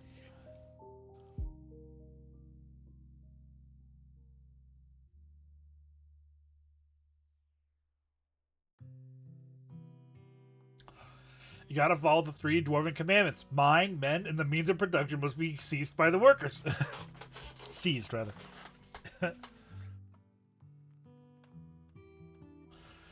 Well, I think weirdness, the big thing, though, about being fat, like, as a fat man myself, like, I am fat, and I'm okay with that, right? But there's a difference between saying, like, oh, yeah, I'm fat, you know? And then being like, oh, like, there's, okay, here. There's a difference between going like, hey, we're going to go on this roller coaster, right? And you're going, hey, I can't do that, I'm too fat.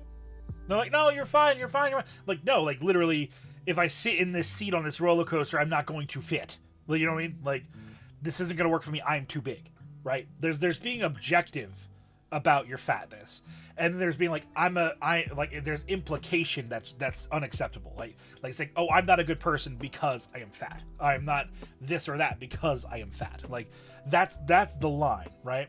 When you're talking about like objective truth of things that you can't do because you're fat versus I'm not worth, you know, because I am. Anxiety is Horatius calling out my name and telling me to answer the question when I wasn't paying attention. Yeah, spookily, what are the 5 families of anxiety? I still worry about someone I had to cut off talking to because his weight obsession was getting concerning. Like, he knew his weight was fluxing but had to go into depressive downward spiral if he can have a pound. Yep. Okay. What is anxiety? Cat goes, fear. Yes, a bit. My family is one of them. You're welcome's like, I gave an honest answer to the first one. I'm gonna bullshit now.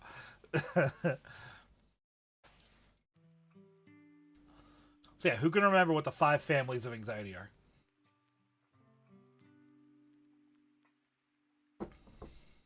And fuck!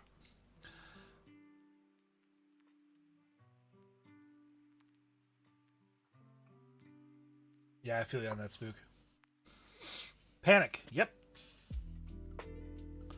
Post-traumatic stress disorder, generalized anxiety disorder, phobias, obsessive compulsive disorder, and panic disorders. Vegetable starches, fruits, meat, dairy. I just got here, but I'm gonna guess heights, spiders, outdoors, and interact with others. No, those are all things you could be anxious about. But yeah. I'm sorry. Fuck is the. Unfortunately addicted to feeling negative. Oh, absolutely. Oh, absolutely. So who can tell me?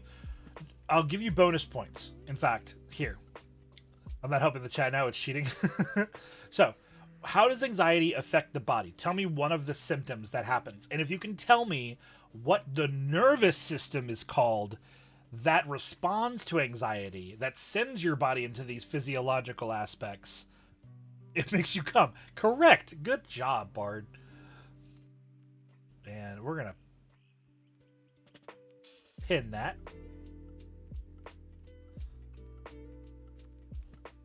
And I got it. Dunk, dunking, dunked, dunkedness, and double dunking. Yep. The pin. Sympathetic nervous system. Yeah, correct, Molly Monster. And for that, I will gift you a sub. Y'all didn't expect that shit, did you? Alright, how do I gift a sub to my own channel? There it is. Gift a sub. Wow, no way. Gift a sub to a specific viewer. Molly Monster.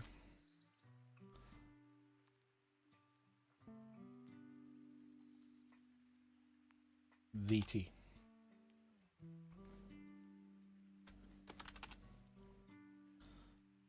Uh-oh.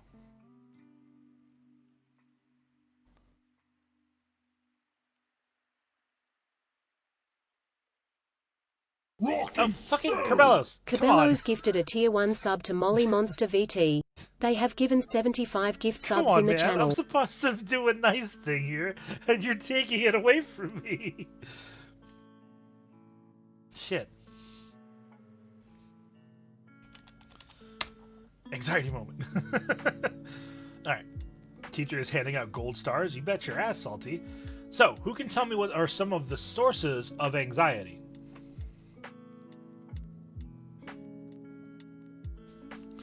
Maladaptive learning, yes. So, Horace getting cucked by his own chat. It's okay. It's okay to get cucked.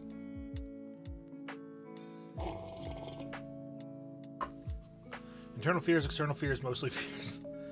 You're getting the wrong test after a lecture anxiety. Cabellos gifted a Thank tier you. 1 sub to Zozo Horror Show. They have given 76 gift subs in the channel. Your parents, okay? Thank you, Cabellos. I appreciate that. You want around me? Okay, yeah. Sending messages in Twitch chat. Based. Oh no! Hey, Forest Hammer. The darkness. Yeah.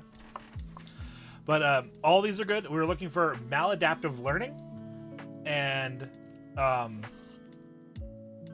by the way, I got an alert on Twitch saying that the Booty Quake is my most used emote in other chats. And I just want to say I appreciate that. Bring me a lot of joy to see that. It was very funny. Like, it's been used 508 times in the past month in other people's chats. And I was like, fuck yeah.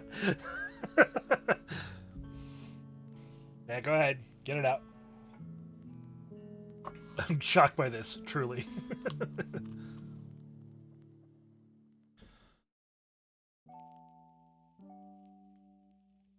Use the greet you and stuff. I know, and I appreciate it. It's very funny.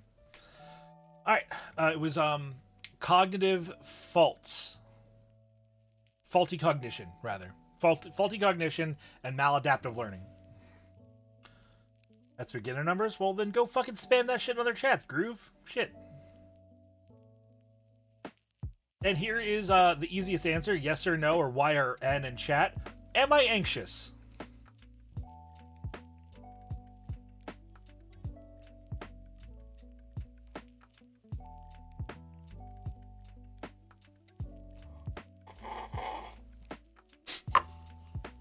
So stupid. Aspen Abato, thank you for your first chat. I appreciate that.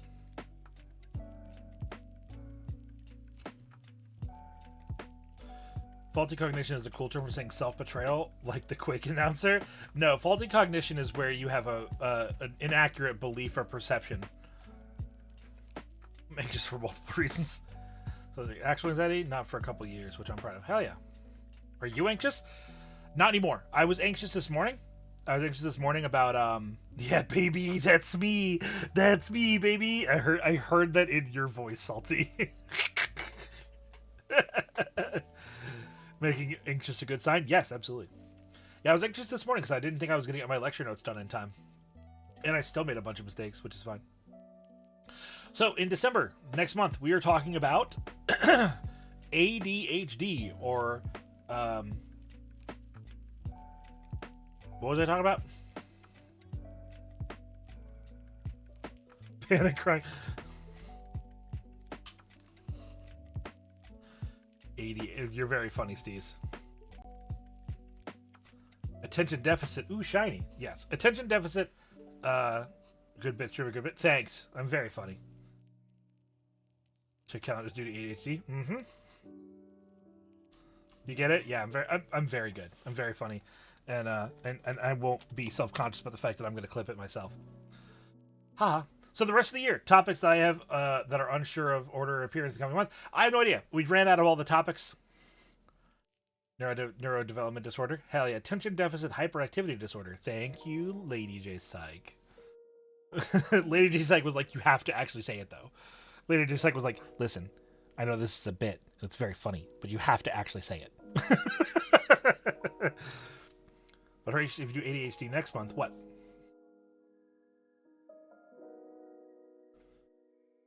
Then we have beaten the year. True. Another year behind us. There's no more month after December. Yes, so I don't know what I'm doing next year. Don't say the parts like that so loud. Sorry, please. My serotonin production is screwed up. Interesting. So, I want you guys to tell me what are your ideas for some topics that I can ask that I can do next year. What are some ideas for psychology streams? Any ideas? We're just gonna throw them down and we'll pick the list apart later. Just blurt stuff out. Just chicken Cindy's. Talk about hyper-specific cognitive loophole that people do when they don't tie their shoes and just put their shoelaces into the shoes.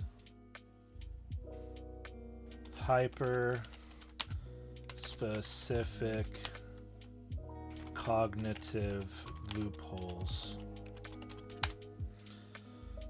Did you do a psych dives on cultural phenomenons? Yes, cultural psychology.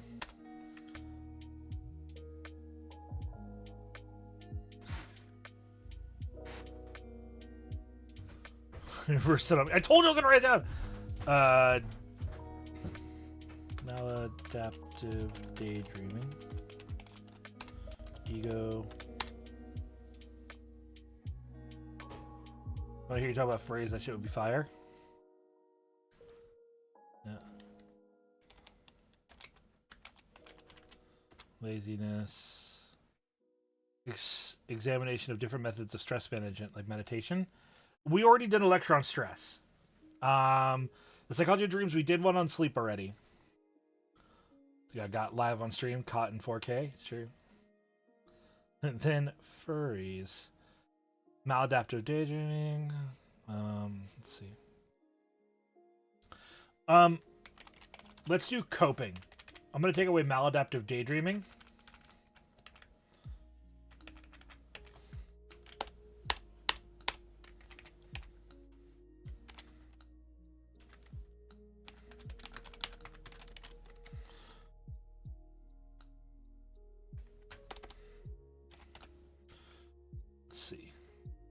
Bro, I'm coping hard right now. So true. Escapism? Yeah, we could talk about escapism. That's what my favorite movie's about. Yeah, those are some good ones. If you guys have any other ones, please feel free to like hit me up about topics. And please make them big topics. Like some of these I'm going to probably have to like really dig into. The coping lesson, feature the words, fug the past, the present is now. Sure. Dysphoria. Yes, that's a good one. Thank you. That one will get me a lot of negative attention, too. Is there escapism copium? No, not really. So we can lump that in. Motivation. Motivation. Maybe. Let's see. Psychology of sex? Yeah, I've talked about arousal before, but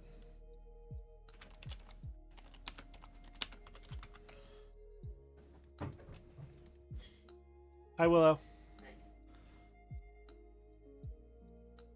Like topics challenging exploitation, empowering the proletariat. No, like missing field. Come on, dude. I'm talking about psychology topics, but that's a good one. Hey, babe. Oh, she's doing laundry. We got professional right here. What? Ask Willow? What are we asking Willow about?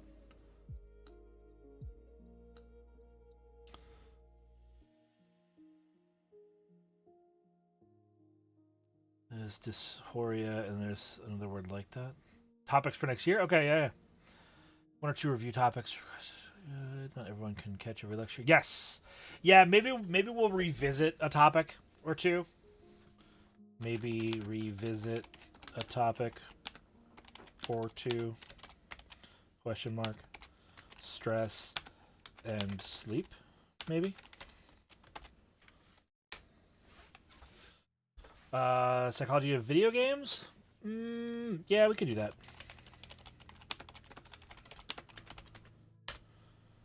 Melodies that are attracted to cults. We could talk about personalities. Hey, babe. Yeah. Chat's ask a question. What? Chat's asking you a question. Okay. I'm coming up with new topics for next year's psychology lectures. Do you have any ideas? Right now, I've got hyper-specific cognitive loopholes, cultural psychology, ego, laziness, copium, dysphoria, motivation, psychology of sex, maybe revisit a topic or two, psychology of video games, personalities. How to deal with your mental health in the workplace. Okay, so like work. You know, like asking for accommodations if you need them. You know, what, like, personal things that you can do to, you know, make your workplace better. You know, when to disclose or not to disclose. Okay.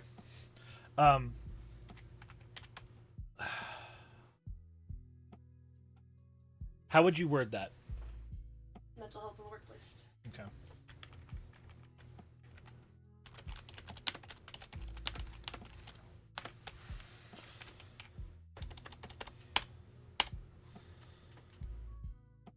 Get Willow to do what for that? What? Where? I can't read. Where are you seeing that? I don't know. That. Where? This right? No, down one. Yeah. It's a response to this message that says God Willow's so based for that. Oh,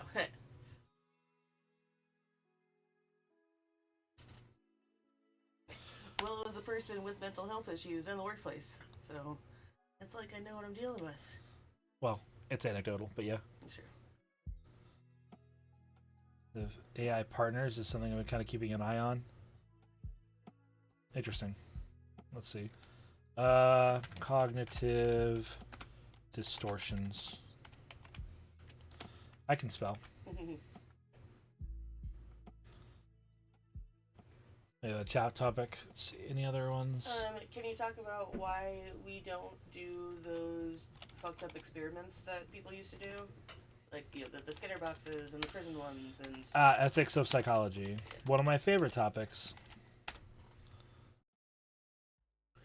Well, relationships in the workplace. We just do, like, relationships. That's broad enough. Cult leaders and their followers. Sure, yeah. Not... So, bonus points for not mentioning Cabal. See, that just says so much about you, Lady J Psych. You're like, ooh, an ethics lecture. That would be fun. Like, her and I are just fucking perfect. Concerns people. Yeah, okay.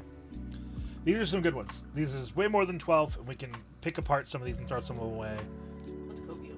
Copium? It's like, here. What is copium?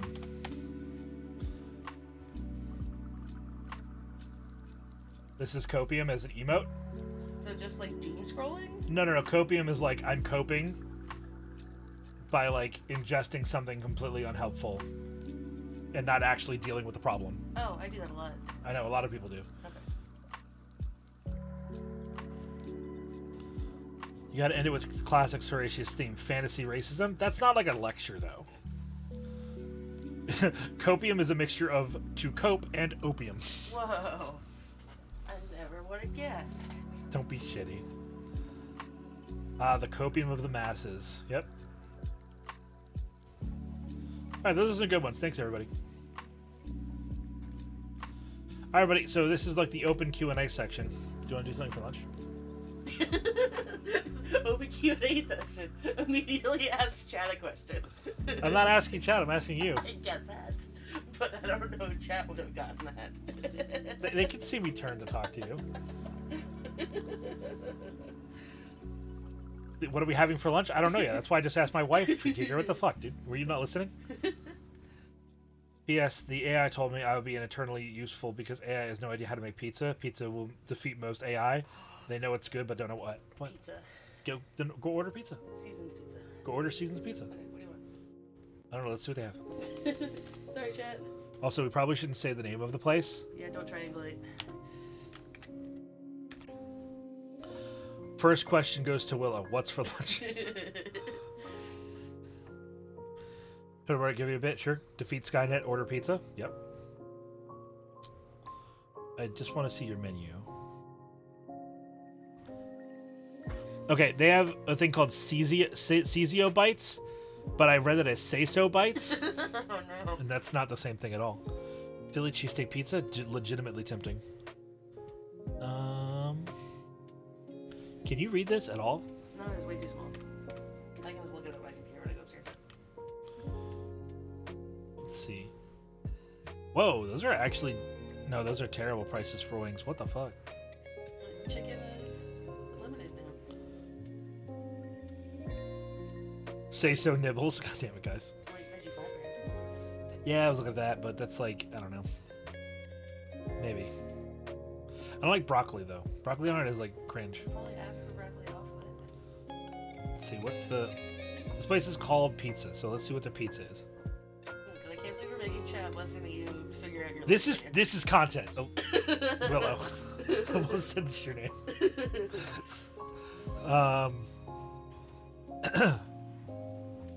People are trying to be like, Willow's not her name? Yeah, I know. Oh, literally, there you go. Yeah, I think. Willow, we're making pizza. When are we gonna get more ordering food streams? Yeah, never. Oh, I gotta do the song. The greatest adventure is what lies ahead. Today and tomorrow are yet to be said. The chances, the changes are all yours to make. The mold of your life is in your hands to break. Welcome in, Overlord Manti. We're just finishing up our lecture. We're in a Q&A section, so if you have any questions about anxiety or just mental health in total, please feel free to ask on ahead. And I'm currently ordering food. Let's see. Yeah. I think I want this. Okay. Pizza. No, wait, what? There's the 3 different types. No, that I understood. This. Okay. And then a side order of... Side of spaghetti.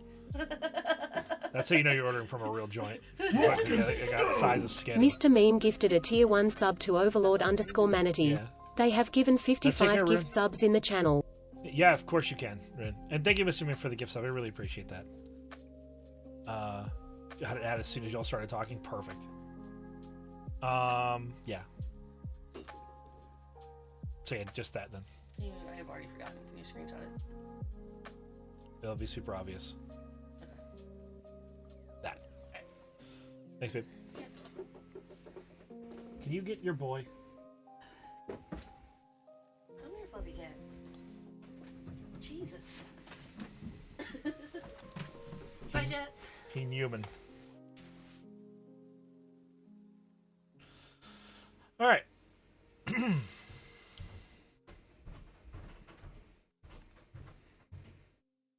quick. Is Tag okay? Tag is. Did she take Puck? Yeah. Well, he ran away on his own. He ran away on his own. She just was like, all right, let's just follow his ass.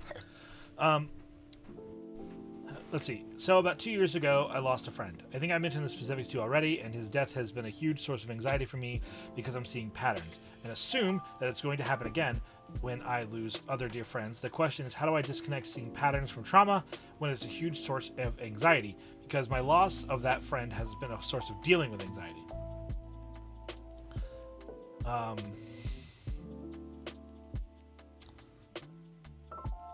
I would say...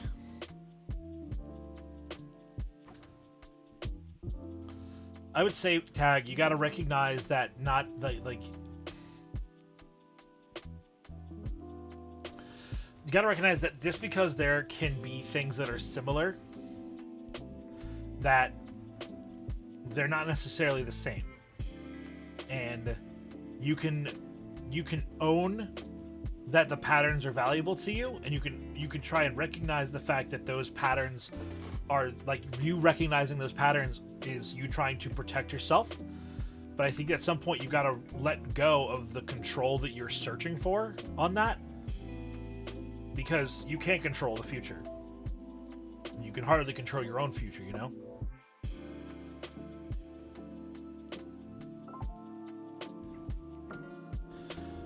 Are there some physical ways to counter the symptoms of sympathetic nerve responses to triggers? For example, vomiting when you hear a song. Yeah, there is, Molly. Like you can. There are people who do things like a worry stone. Are you familiar with a worry stone? Diggy calls them pocket stones. But like having something that soothes you, something that you know that relaxes you, and basically having that as like a shot in the leg that you can give yourself to sort of jolt yourself out of that. That's something I would recommend. Like what that looks like for you is going to be different than other people, but that's my recommendation. Uh-oh. There we go. I legit have Pokemon Go on my phone for a portable calming distraction. Yeah, that's very real.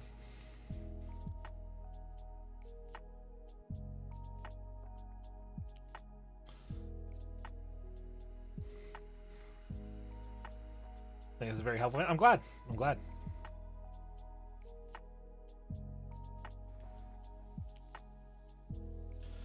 right, that's Rock and Stone! Cyan Soursop. Welcome in. Thank you very much for the follow. Guys, I know that this is like not a big deal to most folks, but we are only 120 follows away from hitting 4K, which is kind of huge. That will be us dropping the Western album when we hit 4,000. So that's very exciting. I need to get started on working on that in full.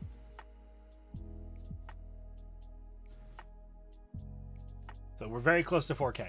Genuinely super cool. So the lecture's technically over. So I'm going to turn a bunch of the viewer channel point redeems on. But we can just turn this into a psychology open house at this point. So after I turn everything back on, I'm going to pop up to my little green room where people can jump in if they want. But yeah, we're just going to roll this into a psychology open house. And we're just going to chill and talk about psychology more.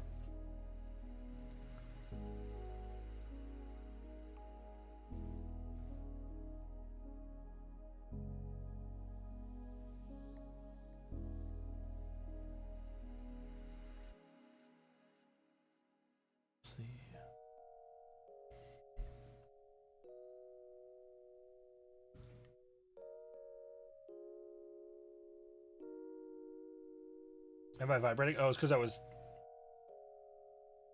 picking at my face.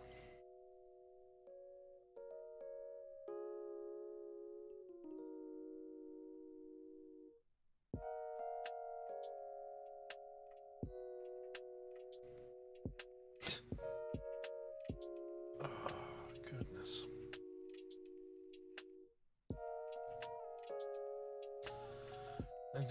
Exploration I had in AI recently. I keep going to a pretty short experience. Just something that's messed in my head. No, understandable. I don't really have much experience with AI other than that, like, I think that AI is really cool, but as long as we recognize that we need to make sure it doesn't replace labor, to an unhealthy degree. I think that that's really where it, like, if we use AI to kill creativity, then I think we're in the wrong path.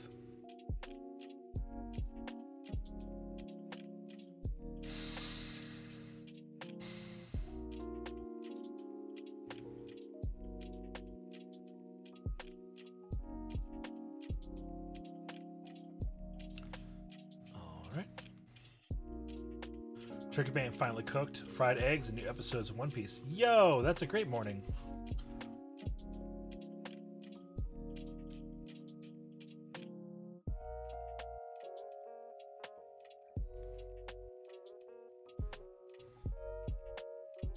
Because that's why I went researching the ad path, but I don't want to get too specific on this side of research yet. You're fair enough. Real quick, I want to showcase again a reminder that we are building up to what was it? The birthday celebration. Everybody's cooking bacon. Hell yeah, turkey bacon needs a bit of oil. But we're ramping up to my birthday stream, which is 12/14. So I should probably spend some of today making it a advert for that.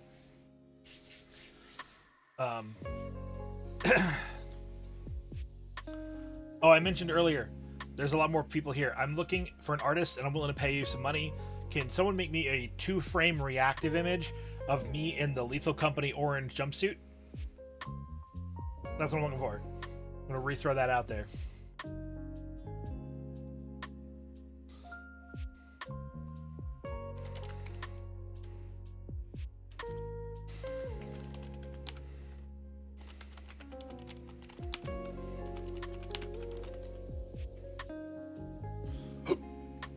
Excuse me.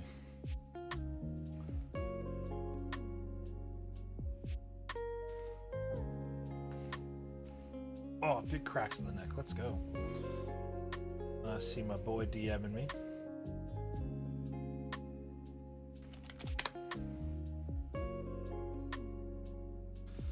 Alright, I have already been DM'd.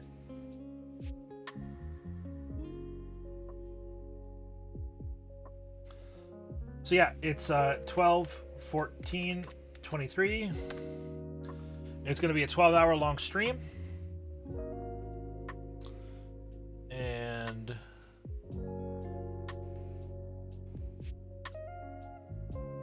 wrong display. Here's the doc.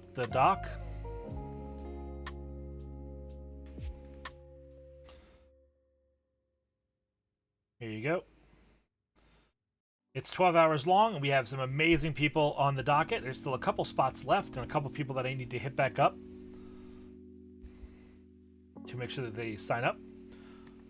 You're ended up with 6 of them. Yes. Got my office brunch today, but I'll make myself present in chat. Excellent. Yeah, it's pretty much like my one big cry on stream a year, where my mods make me cry because I love them and they're good people. You have zero idea what you signed up for? Did you sign up for it? You signed up for 10 a.m. EST, Bard. So at 10 a.m., you're going to join me in a call, and you're going to be on my stream for 15 minutes, and I'm going to tell you about how awesome you are and how thankful I am for all the impact that you've made on my life this past year. So, dab. Dab, dab, dab, dab, dab, dab, dab.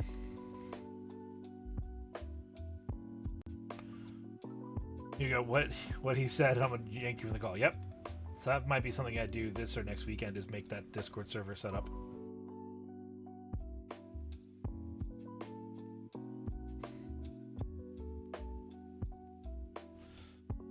Other cool shit that I should probably talk about is... Let's see, where is it?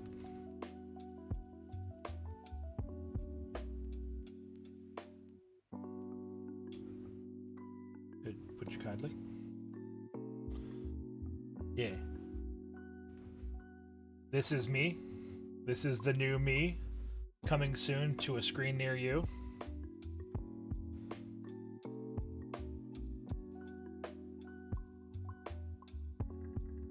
Majestic.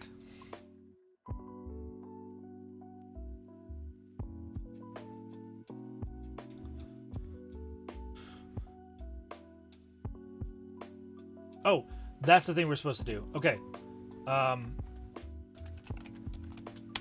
guys, I'm asking you to go and add gift suggestions to my throne that are healthy snacks. Healthy snacks. But while we're doing this, please feel free to drop in your other stuff.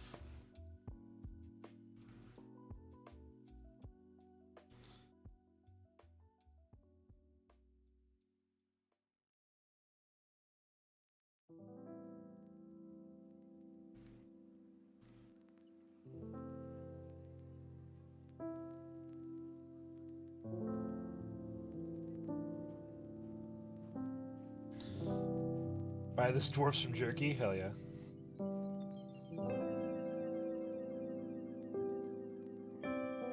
Let's see. Healthy snacks. Banana bites. A future just got more expensive, or I would. No, you mean you could recommend them if you want. Wet jerky or dry jerky? Sure.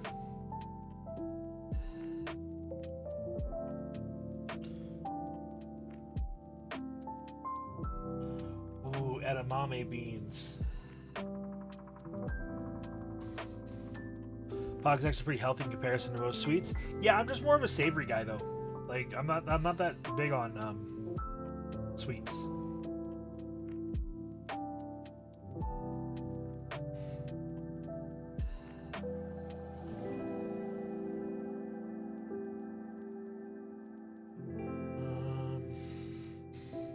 Trail mix, sure.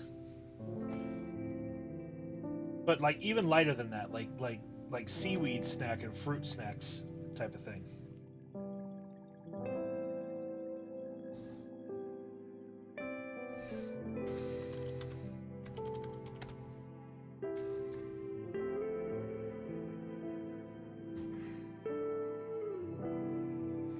Seaweed's yum. We can find the right brand. What's a good brand?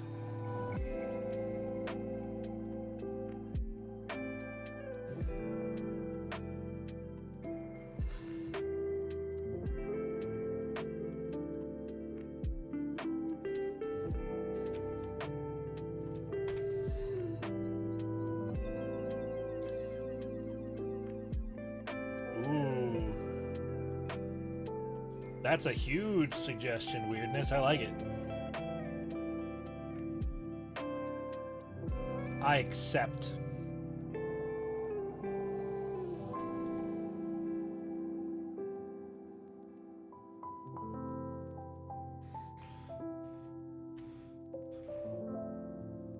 Found someone who created the trio of AI bots from the Slenderman universe. Okay. That's because you can go through and see what you like and order bigger bags of the favorite stuff. Ah. Nice. Oh, what was it? What was it? Bam Bean Boozled? That's one that I know that I like.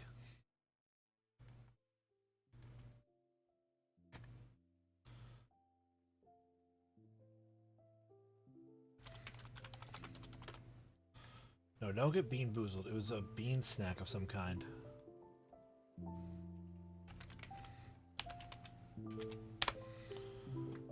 Otto would like Kirkland seaweed is good? Oh, yeah. Bada bean, bada boom. That's what it is. Hello. Hello, bootleg bard.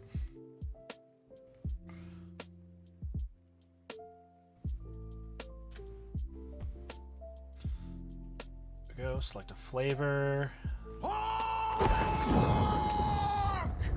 Welcome in, Volk.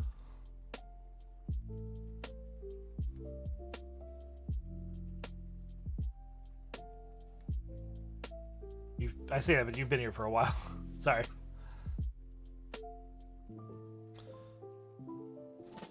Let's see here.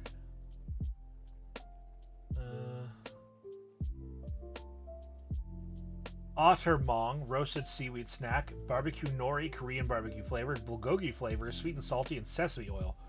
Yep, we will take those. There's no sun. The sun has left. It is 6 and pitch black. Yeah, makes sense to me.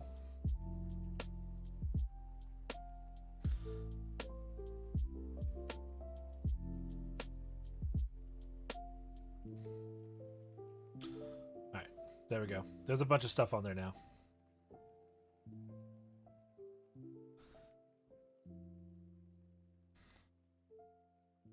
And we have sufficiently scooted that Harvey body pillow down a bit. So no one will see that I have a body pillow on there. And therefore will not have to explain to my wife why we have a body pillow of one of my friends.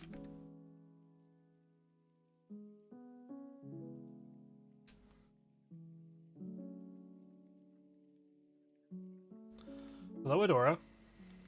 I love your wife. I also love my wife. We should hang out. A good comforting friend pillowcase. Imagine buying your friend's merchandise. Banui. There is indeed a Banui here.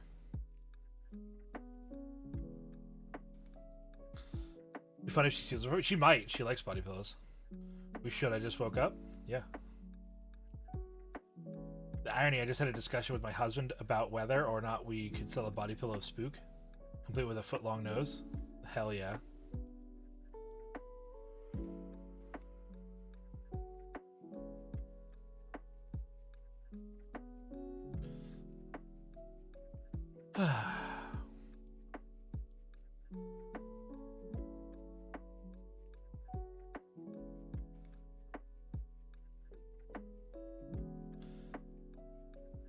I can make a body pillow. I have the resources to. Oh my goodness. Actually stayed up till 5 last night, meeting new friends. Hell yeah.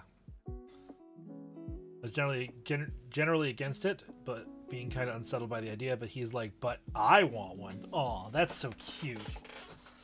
That's really cute. I don't know why I wouldn't stay up late anymore, but it's new folk. Yeah. Yeah, that group that I was hanging with last night with like Fenari and Marin was really, really cool.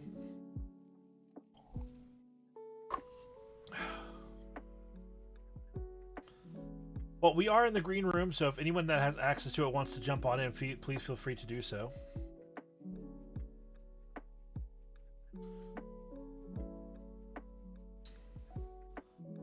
Oh, Bard, this is cool. Shit. Bard, that's really cool, dude. Fuck. Y'all are spoiled. Y'all are spoiled for cool shit. I will after I cook my bacon. Hell yeah. I'm glad they brought you in. Yeah. Well, I showed up into Marin's chat and was like, twing, I see you playing Lethal Company. And she's like, you want in? I'm like, yeah, fuck it. I may pull the trigger next year, depending on health and stuff. Commission a little PNG and maybe just make a mild psych appearance in a horse. I would love that, Lady J Psych. You mentioned I appreciate Good morning. you. Thank you. Good morning, Bard. Hello. Hello. It is another exciting day. So true. A very good lecture again, by the way. Thank you. Thank you. I put a lot of work into those. I'm glad that people tend Yeah, to it enjoy shows. them. Until you forget the last slide. I don't know what you're talking about. It's just a duplicate of the one of the first slides, so it's like not even like a big deal. So I don't even know what we're talking about. I don't even know what it was.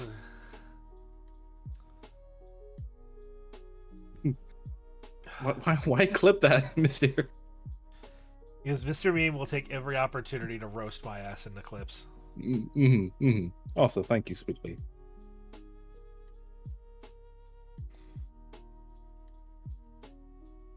Yo, Spookly, I just saw you were playing Below the Stone. How you liking it? That's the game you VA'd in, right? I did voice act in Below the Stone. Hell yeah. Yeah, no. I could not get the thought out of my mind of, hey, if you'll write it, I'll sing it. Yep. And then I spent ever since then kind of chipping away at it until I was happy with it. Did you guys know that I voice acted in Below the Stone, and that link right there? It seems like a really cool game. It's super fucking fun. It Below the Stone fills a really fun niche of like a. There's a demo. There's a free demo. Oh yeah, you should play the demo. Shilling in this stream, it's more likely than you think. So true. And not just about me, but about you as well. It's a really fun, like, I got 15-20 minutes to burn. Here's a fun little game to just like throw some shit out, you know? I need more games like that. Yeah. There are too many games nowadays that are like ask for a couple hours of your time to get anything meaningful done. Yeah. How did they like approach you specifically, or was it like an open casting call and they just found the Gathering of the Beards? They came to me. Actually, so I backed Below the Stone like 2 years ago.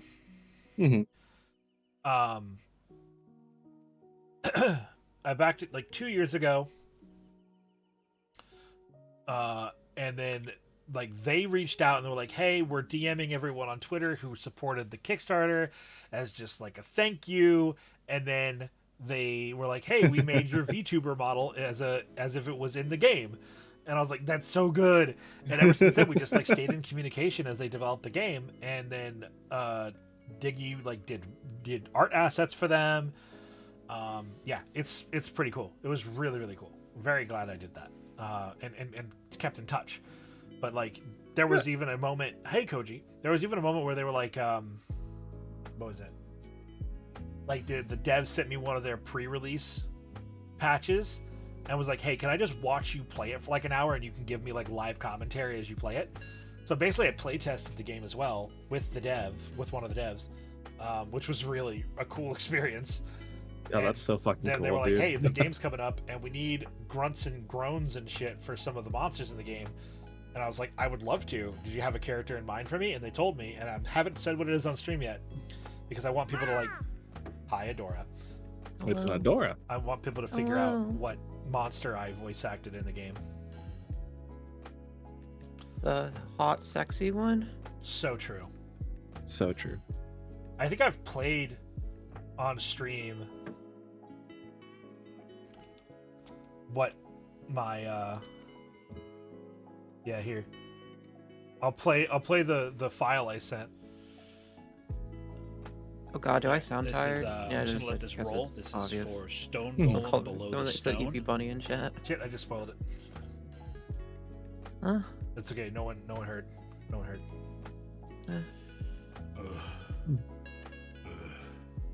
I'm learning so much right now. He voiced the pickaxe. Yep, Oh, I it's a wish. pickaxe, damn. Tink, tink, tink, tink, tink.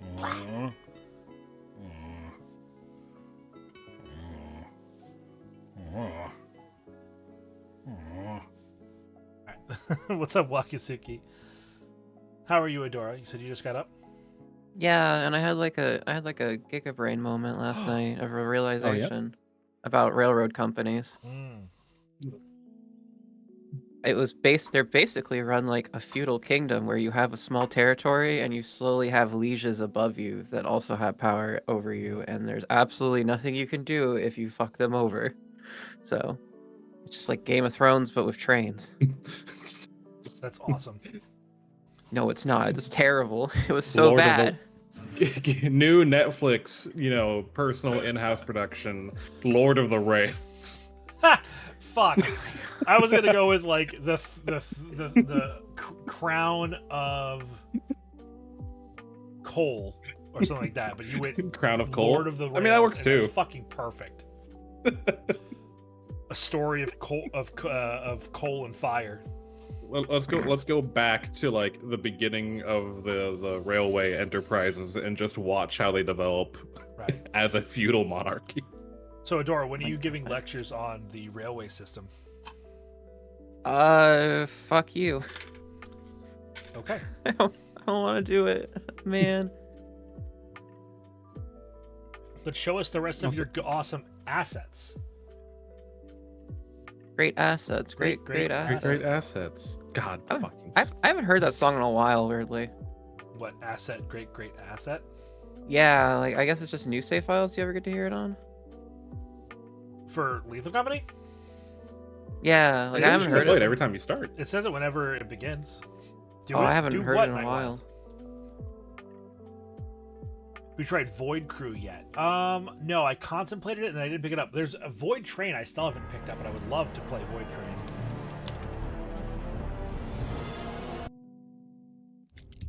Pretty sure there's also Monster Train, which is like a card game. Yeah, that's not really. I mean, it's cool, but it's not my vibe. Yeah. I have a What lot if of we deck just builders. like Yeah. took the train and then moved it somewhere else? Oh. Wait, that's what trains do. That's just what they do. Let's see. Is there a conductor VTuber out there that plays nothing but I train-oriented fucking games? guarantee it. Almost certainly. Like, are you kidding me? There's train simulator, folks. They exist. Doesn't take much. Void Crew is a 1 to 4 person co-op first-person space adventure. Rally your crew, power your spaceship, ready for space battles. Now, my question is this better than Pulsar? Because Pulsar sounds very much the same, and that game fucking rocks. Oh, I think I know this. Hold on, let me take a look. Right, yeah, I've seen this before. I've heard good things about it. I don't know if how it compares to Pulsar, but I've heard good things about it. Jesus, I already have 35 hours on Lethal Company. Holy shit. It's a good game. It's similar, but it's better when it comes to doing things with your ship. Okay. Also, hi, Adora. I think this is the first time we met. Oh, well, shit. Hello. I assumed since you both are so part of my social circle. Yes, Magical Bard, this is Adora Bunny. Adora Bunny, this is Magical Bard. Hi, Hello. Magical Bard. Hello, Adora. I'm Dora. I'm Eepy because I made bad life choices last night. I'm Bard. I'm Eepy because this is my nighttime. Yeah, also valid. Are you Adora big fan? Steve, could you guys in here and say hi? No, so like I've been recently, for the sake of like sleep hygiene, I am not staying up past 1 a.m. ever. Like that's my Hell hard yeah. rule. I'm so proud of you. But I made an exception because the only exception I'll ever make is if I'm meeting brand new people that I really like want to meet or just hang out with, and that's what happened, unfortunately. I saw one of my friends' social servers had a lot of cool people in it. I'm like, well, I guess this is my life again. Yep. And then we hyper fixated on talking about Foxhole for like 3 hours. Holy shit, that game is really fun. I love Logi. So we had a long conversation about Logi and a few other things. It was and they were very sweet. So we all had a really great time. You said you love Logi? Yeah, logistics. Oh, okay. That game needs trains though. What's Foxhole about? You got this. It's always So Foxhole. So Foxhole is a game where it is a persistent world that has essentially simulates a war in between two countries, where you have front lines, you have logistics, you have production, you have war economy, and you are just one person in that, like, all of those things happening. However, there's no game direction on how it works, so it is entirely 100% player run. The players do everything, run logistics, do the healthcare, do the battles, everything. So it's basically the most persistent war game you could ever really hope for in that regard. That definitely sounds like something I would be interested in. Apparently they did add trains. They did add train. I haven't played in 2 years, so that was why. Because I'm gonna be honest, I quit because the bad thing about that game, if you are a woman and because the game has open comms on the front lines, I was called slurs a lot. A lot. Fair enough. Like more than normally that I was used to. I think I had been called so many different words that I didn't even know some of these slurs existed. I learned Turkish slurs. Those are great. I don't remember them anymore, but I definitely know they were against women. Yeah, You that's feel sexism inside the context. the best part about it. It's entire player run. The worst part about it, it's entirely player run. Right. It's very much sums up the game. But yes, they do have trains. They also have landing craft and entire battleships now. Yeah, you can D-Day. Like, you can full out D-Day. They have subs and stuff. It's crazy. Turkish slurs are either against women or calling someone a woman. Sounds like the tension there is very fair and even. And I Adora, love you you should online. move to Turkey, where your rights will be preserved. My God. You know, if you're gonna send me to a country in that region, Turkey's actually probably one of the least bad options for me. Oh, yeah, probably. Can Blight survive? Like, I know we're joking about Turkey, but man, it's much better than being in Saudi Arabia or the United Arab Emirates or Oman. Adora, I hope you stub your toe. God damn. What did I do? Berserk, What? do you know Adora? You just come Yeah, I know. after I know for Berserk. Oh, okay. I'm at Berserk randomly. And then I That's saw them actually- post a Marin emote. They said that they called me a cringe landlord, and then I saw their Marin emote, and they never left. Oh god. Ever play Eve? Oh my god. Count. I haven't touched Eve since they made pirating unprofitable. Of course you would, Val. Of course you fucking would. Come on. Do you want to know why I say that? I have there's many reasons, but let's hear yours. Because I was a freighter corp owner, and then I repurposed it into a pirate hunting corp owner. Yeah, yeah, right. That checks out. Yeah, nowadays it was really cool when it was like, hey, Let's you're not deep dive too deep. Val, yeah, I no, love I'm you. just gonna say, I just fucking love the period when it was like, oh, you have a certain little corporation you want me to hit, sure, and then that corporation is like, oh, we have pirate hunters and escort guilds that protect us, so everything is just this corporate hellscape of whose contract are you on and can you break it? Or is this profitable? Welcome to real life. Hey, too real. Hey.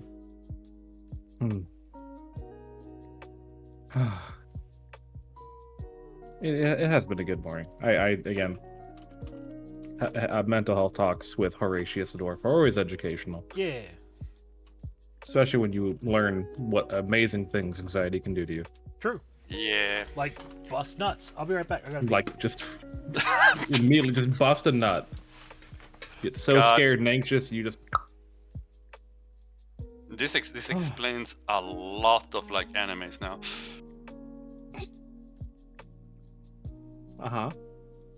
No, that's it. That's the entire thought. Oh no, anxiety personified. I feel that. I am luckily much better with my anxiety now, but oh my god, when I was like 4 or 5 years ago, man, absolute wreck. There is a webcomic that I to this day just sticks in my mind. It was like, we figured out how to convert stress directly into electricity. Well, how do you test this? Like, here, go ahead and hold this light bulb, and then they just tell you something like your student loan debts are due today, and just immediately the light bulb flares up. Perpetual and endless energy. Nice. Perpetual energy. That's a word, right? When it goes on forever. Okay. Yeah, perpetual. Okay. All right. Welcome back. Welcome back. I'm tempted to swap over to a video game. What kind of video game you thinking of today? It's the trouble. I don't know. I have anxiety about it. No, okay, I'm not. Choice paralysis, another anxiety-related thing. I'm very tempted to pick up Paleo Pines, but I don't know if I want to start that. Is it too full to join the call? No. Java, you may be the last that joins with us. Paleo Pines? Paleo Pines, yeah. It's a cute farming game where Dino game? Yeah, where you get cute dinosaurs that can be gay. Oh my god. You just reminded me of something that bugged me that I saw recently. What? That, for whatever reason, if you play, like, if you are a woman or woman coded, that it's just assumed you like farming sim games and like those comfy farming games. Oh, yeah. Yeah. And I'm so sick of it because I fucking hate most of them. I hate so many of them. Wait, like the only one I can even tolerate is Stardew and only sometimes and only with friends. But as a woman, don't you like Or keeping the homestead? Oh no. Are you not closest to your true God-given purpose of making the heart? Okay, I can't. Hora, she runs Logi. She makes other people fix the kitchens. Yeah, that's her role in the home is to fend To get the tanks drive into the trucks? front lines. to Drive trucks? to femdom people into doing the homestead. Yeah. Yeah, you went further, works. further. That fits. Each word. Oh, so hi, Java. I sort of want to give Adora a hug, but like I want to give her some power armor first. Hell yeah.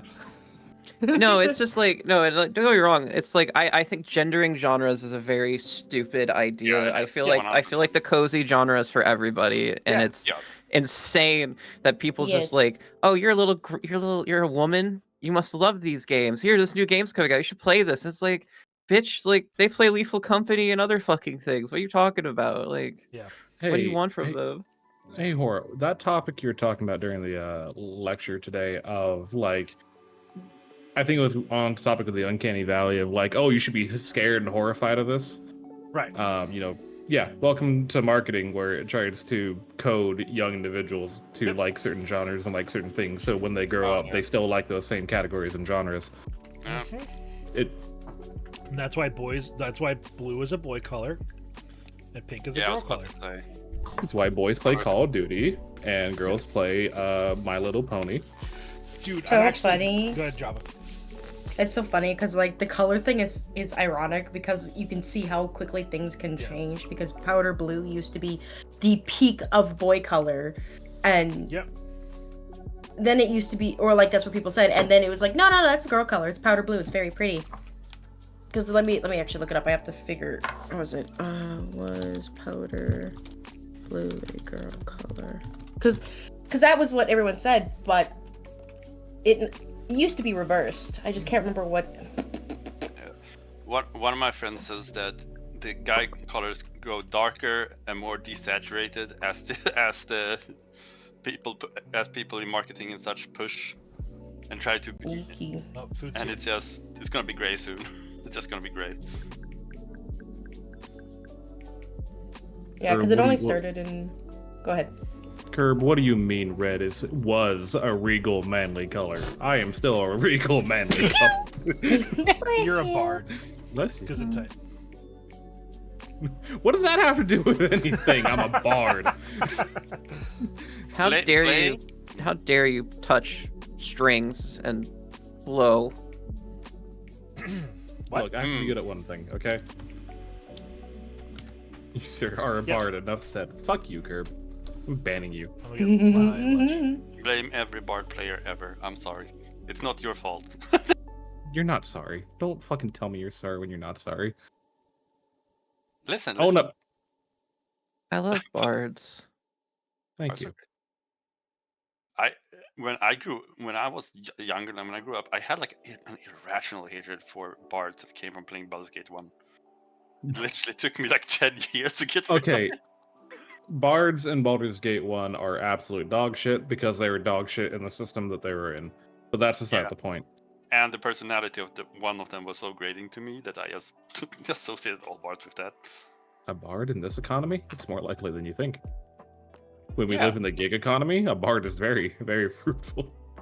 I was gonna say, you can bring your gig with you, and you are like a jack of all trades. It's gonna work out. Or you start delivering pizzas while trying to scrape together enough money for rent while playing the harp to some noble somewhere. It's See, my understanding of a bard is yes, it is mainly focused on music, but it's less that and more an entertainer. Music is the easiest, well, one of the easiest forms of that sense. But you can do like plays and acting. Streaming is technically a bard fuck, I'm a category. bard. You're a Damn it. bard within a bard, yes, Damn it. because My it world was view the was crushed. entertainer. Yeah. Word. And Also, you can easily travel ish. oh yeah, it's very fair actually. How Also, will bard 10, affect the you- trout population? What the fuck?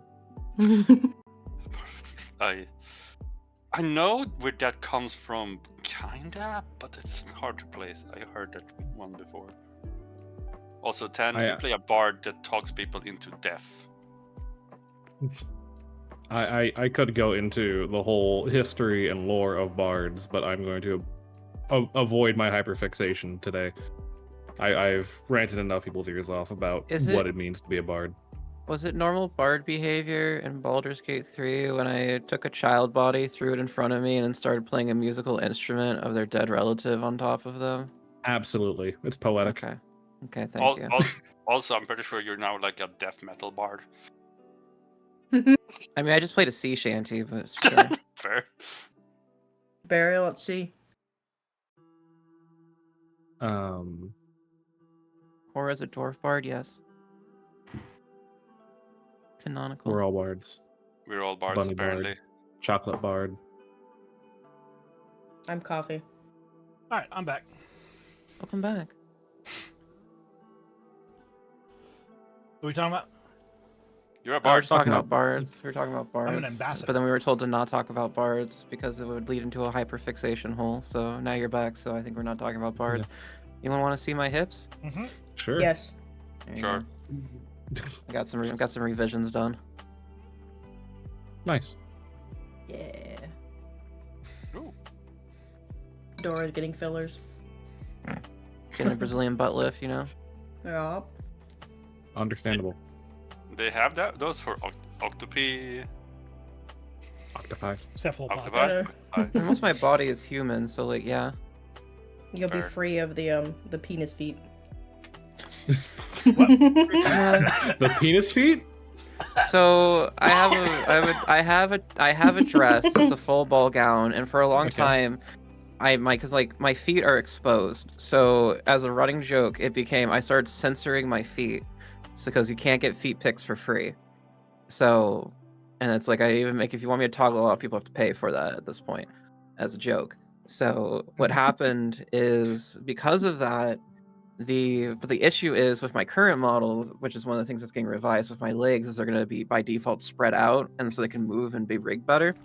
Originally, they're like more like a Barbie doll, where they're like one over the other, and so because of that, the two sensors of the feet line up with each other, and then just kind of dangle out. And because I have the tentacles, it makes you think that's just like those aren't feet. Yeah, I first time I saw that, I was like, what? I was like, oh, it's obviously understandable. Yeah, no. A lot of people have confused it for dicks because of the sensor. It's hard to be a VTuber in today's economy, I understand. Sometimes you just gotta walk around with the horse cock, I know. I know.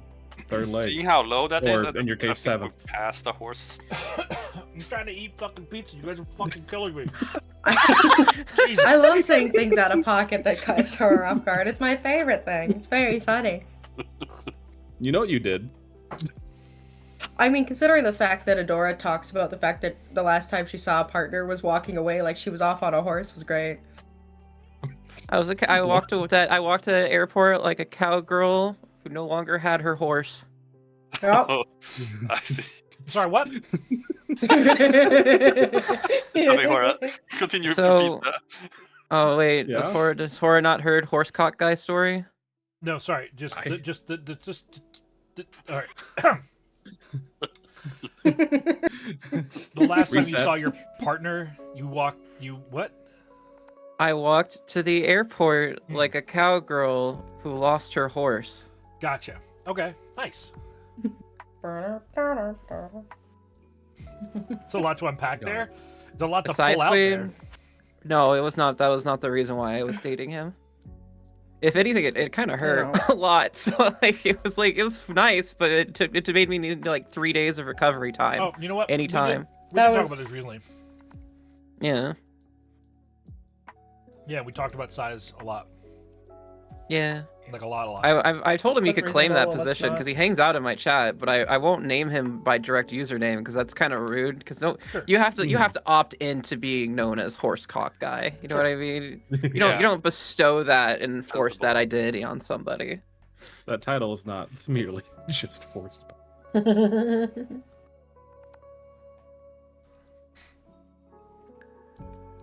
it's funny. Funny stories. Weirdness. God damn it, weirdness. Fuck. God damn it. Weirdness. I can just see you like hands. My hand's gonna participate for this bit. You like your one hand. It's like here. Yeah. Pointing to the halfway down the forearm. Not enough. My brain shut off a bit because I didn't read the tablet first. I just went from 11.6. So I'm like, whoa, you went higher. Does that make me a size king because I started with the viola, but I prefer the cello? Yes. Okay. Sure. I just had to clarify. Why are we here? You invited people in just with no direct invitation. You opened the doors. All matters of things crawl in from the night. Thank you, Kisa. Why are we still here? Just Thank you. By the way, if you ever want to trigger Horatius to start playing All My Fellows while playing Lethal Company. All my fellas. Do not perceive me. Do not look at me. Oh. Damn. Bard and Adora. And Java. I need the three of you to send me an ally redeem. I did a long What do I time need? ago. What do I need to say? Like, what's it need to be? It needs to be a 2 to 5 second long audio clip of you saying something iconic. And Bard, can you totally resend it to me because it's totally in there, but you know, just in case for like a backup. Yeah. The scroll pin. Okay, what if it's my scream that's made over $800 for 4 VTubers? It's really loud. It's a really loud scream. Like, And I'll pin the lyrics. Like the for you, nightmare. too, That's like just the in case. nightmare poll. it's so genuine too. It's genuine fear. And the problem is, I make genuine fear responses to it when I hear it. I'm afraid of I know. myself. a feedback loop. It's okay, I'm scared. Oh god. No jump scares for you, please. Yeah, oh no, Grooves for Life is hurted because I make people pay $10 to ruin my vibes for that. And if it ever got to a point where I was getting more than 3 redeems the stream, I would probably raise the price again. It's a genuine scare. Genuine. I'll have to think of something. I have no idea what to say. Making my way downtown. I think the musical ally one for it is the best because I specifically just clipped it out of the theme song that I wrote for myself. Why'd you just remember quote 186?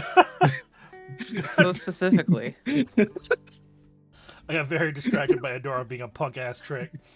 It's pretty good. Dora, are you a punk ass trick? Listen, okay? I've been making jokes about being easy in college for so long and then finally got offended when somebody said I was easy just directly in college.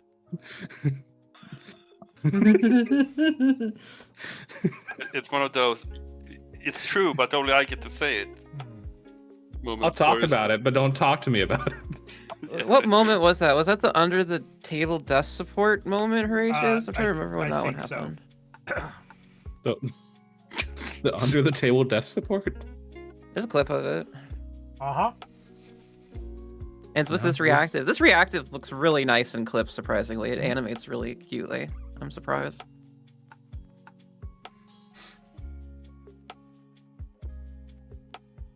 I'm beautiful. Yeah, You are. You're very pretty. Thank you. I'm more concerned how Weirdness Master remembered that quote specifically. Weirdness has probably made or added over half of the quotes, or probably closer to 80% of the quotes. It's your favorite quote. Thank you, Weirdness. Weirdness, do you have a Google Doc with all of your favorite quotes just tucked away somewhere? I wouldn't be surprised. Should have. That sounds like a great. Just memorize it. Okay. Just show up here on a Wednesday afternoon when horror isn't streaming. Go quote by quote and just. How long does that jerky last you? The 10-pound bag? I have no idea. I've never owned 10 pounds of jerky in my life. That's a lot of jerky. It's a too, lot of jerky. jerky. 10 pounds is a lot of fucking jerky. It'll last a month, a week, or a year. One of the two. One of the two. Jerky ain't very heavy, I so that's gonna be a lot. I corrected myself. There's a Depends on reason what why I you- carry the shovel in Lethal Company. I don't think I smack. I just fall down holes. Yeah, you do. Okay.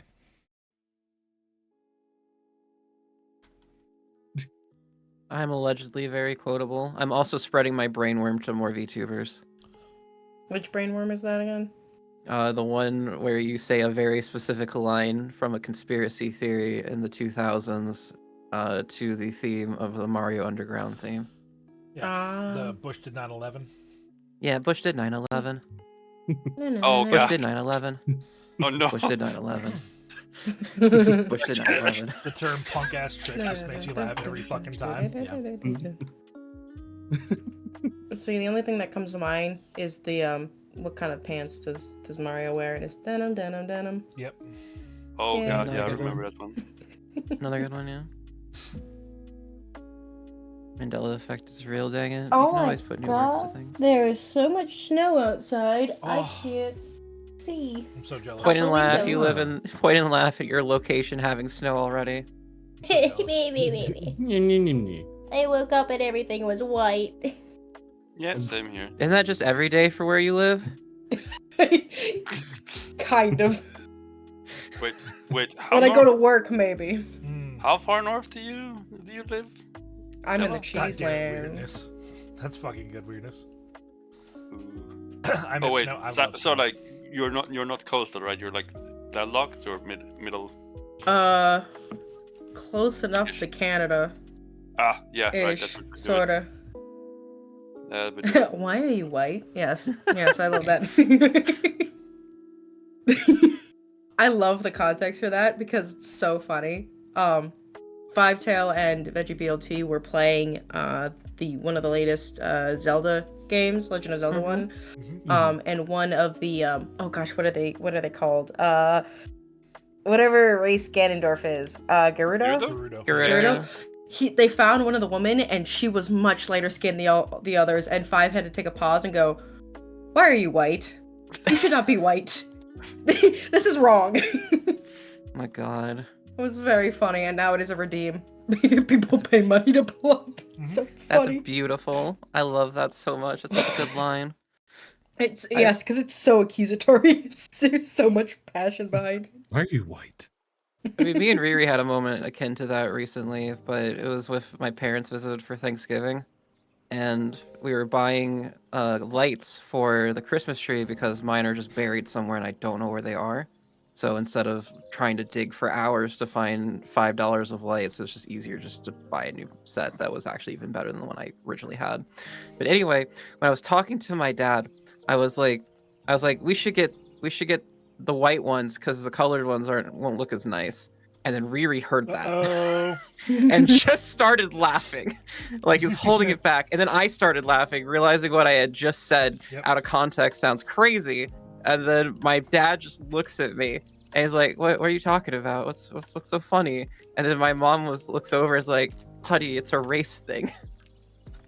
I'm like, oh my god. Yes. A race thing. I know your mom flossed too, which was funny. Oh yeah, right in front of Riri, out of nowhere, just out of pocket, just started flossing. Like the best floss ever. Jesus. Amazing. Like better than I could ever do, that's for damn sure. She learned it entirely from Bluey. That's even better. My mom babysits a lot, so she's never gonna have grandkids, so she is instead taking on the responsibility of being everyone's great aunt that may as well be their grandma. Hell yeah. It takes See, a that village. Works well. Boy, howdy it does. No, she loves it, so she does not feel like she's missing out, if that makes any sense. Yeah. That's That how makes sense. that's how Will and I am. We might not ever have kids, but we might adopt. But it's like, don't you feel like you're missing some part of life? I'm like, motherfucker, we're both teachers. Like, we have children. Yeah. Got plenty of kids. I got more kids than you will A ever lot more fucking than know. the average. If I ever adopt, it'll be like about 16 or 17-year-old. He can hand them a fistful of money, set them up. I'm like, all right, best of luck to you. Let me know if you need anything. That'll be it. That'll be my child raising experience. Call that foster scamming, dog. Foster scamming. It's not foster scamming. I am taking them out of the foster home and giving them a head start of the other foster children. Do you have a betting pool on the foster kids? And are you just hedging your bets here? Do you have a Deadpool on the foster kids? Oh wow, that's a my bit. God. That's not what I wear. That's not where I went. Damn it, Cora. I do not want kids. I never want kids. I cannot handle kids. I have enough. If you ever want a kid, you can go ahead and take a pic. For real? Because your kids are pretty fucking cute. It's not that I'm not like. It's not. I'm not insulted, Count, that I've never been offered to be a godfather to one of your children. It's fine. I'm not. It's fine. Don't have kids and coworkers. I have the Have you ever seen? So I'm using this as a context because it's what pops up to mind whenever I think about it. Have you ever seen the show Moral Oral? Has it ever? Yep. There's a character in it who is just like a lesbian and it's whatever. But she's actually very supportive of the main kid character. Yeah. And there's been a point where she goes, "Oh no, there's that maternal instinct again," and does something to like gives herself a piercing and it goes away. And I'm like, yeah. Yeah, there it is. I'm like, kids. And then I'm like, no, wait, not yet. Not now. Not like this. I gotta do something else to get rid of it. It's like a flare-up. I'm definitely more into like, I'm gonna be the uncle or Uncle Jason, whatever, because with all my cousins' kids, I show up, I'm the person who knows all about games and shit, so I just get insta cred whenever I show up, which is always funny. Here's Uncle Game Dev. Yeah. By the way, everybody, enjoy the ad break. If you had a Twitch Prime sub, you could dodge it. If you had a sub, you could dodge it. But if you don't, see ya. 3 minutes. Laughs in turbo. All gone. I think everyone should get turbo. Unironically. Maternal pain. Still pays the still pays the content creator. Yeah, All gone. Here's a content creator. Yeah. Turbo. Obviously, subbing to your individual content creator pays them more, but like if you're like me and you're forever on Twitch, you save a shit ton of money with turbo rather than subbing to every individual person. I am very poor and cannot afford subs, so I'm very fortunate people gift me them. But yeah, I just pay for turbo, unfortunately, and give my prime. That's what I kind of do. I think 90% of my subs are gifted for sure. I mean, the only one sub I have even running currently is my one to Riri, and that's just because it was like the 6 months were like really cheap in September, so I just did that as a nice little like gesture. By the way, my one running sub is actually to this channel. Oh, sick! Which one?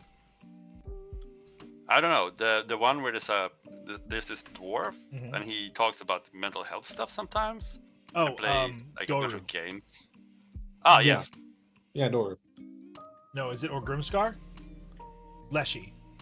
Leshy, definitely. No, wait, no, that doesn't. No, wait. Forest?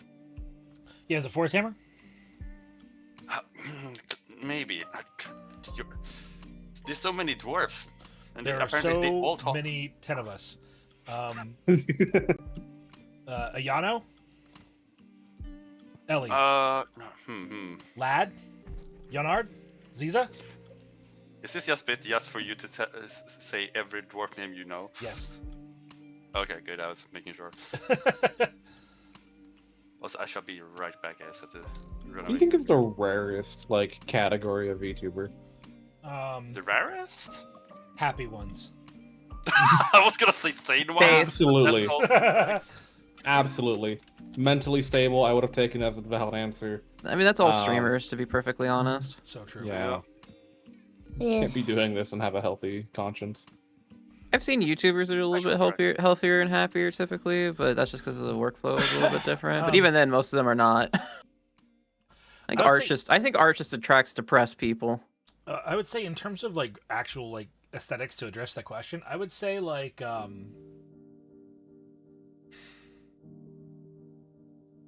non-human, like full-on non-humanoid is probably the least common. Non-humanoid, non-animal. Well, fuck. There was a bunch I of think object the tubers, too. rarest. I think the rarest I saw, or like the most unique design I should say, was a VTuber who was the overlay. Like the overlay was the VTuber, because the VTuber who owned the overlay retired, and so they wanted to keep the analytics up for the streamer when they came back, but they're not coming back. So it's just the streaming itself. That's really good. That's pretty good. What about literal feel slime like- ball? There's actually one on stream right now. So I have a hot take. I'm ready. Are you ready? It's VTuber's favorite thing to say is I'm hot gonna give you takes. a really hard time if it's not a hard take. Go ahead. It's probably not. Okay, it's not that hot. It's Okay. actually not that Lukewarm. hot at all. I think VTubers that focus on their concept of their lore or the concept of their VTuber are missing the forest for the trees. It's such a small and minor part of being successful as a content creator. Working on your personality, professionalism, quality, editing is infinitely more useful. I am a bunny with a fucking octopus up her ass, and people watch that. So it's like design aesthetics matter more than just like the concept behind an idea. I feel like people don't watch you for your concept behind your idea. They watch you for you. Yeah. Like, I've seen so many people frustrated being like, I need a good concept. I'm just like, you don't. Really don't. You just need Just to look whatever nice. vibes with you the most. You just need to look nice. Yeah, Look pretty for the camera, sweetie. exactly.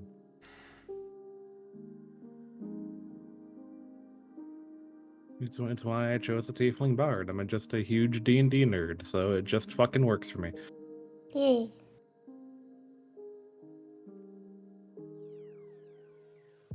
But Adora, if I am the strongest god of death of all worlds, back and to can beat up DeviantArt. all the other... Just go back to DeviantArt.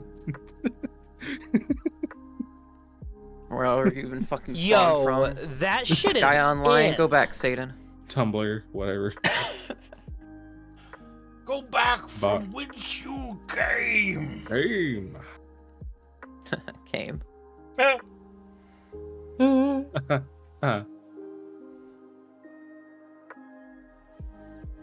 So it's not bad. No, just shit talking Curb, because Curb deserves it. Sorry, Funny.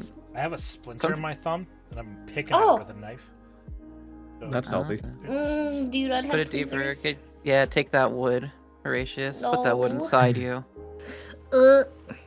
Just jam it deep. Do you not Yeah. have tweezers? Not on hand. Ugh.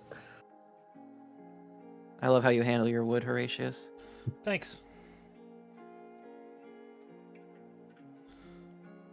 Why do you know that name? Oh, Calendros? Who? Who are you?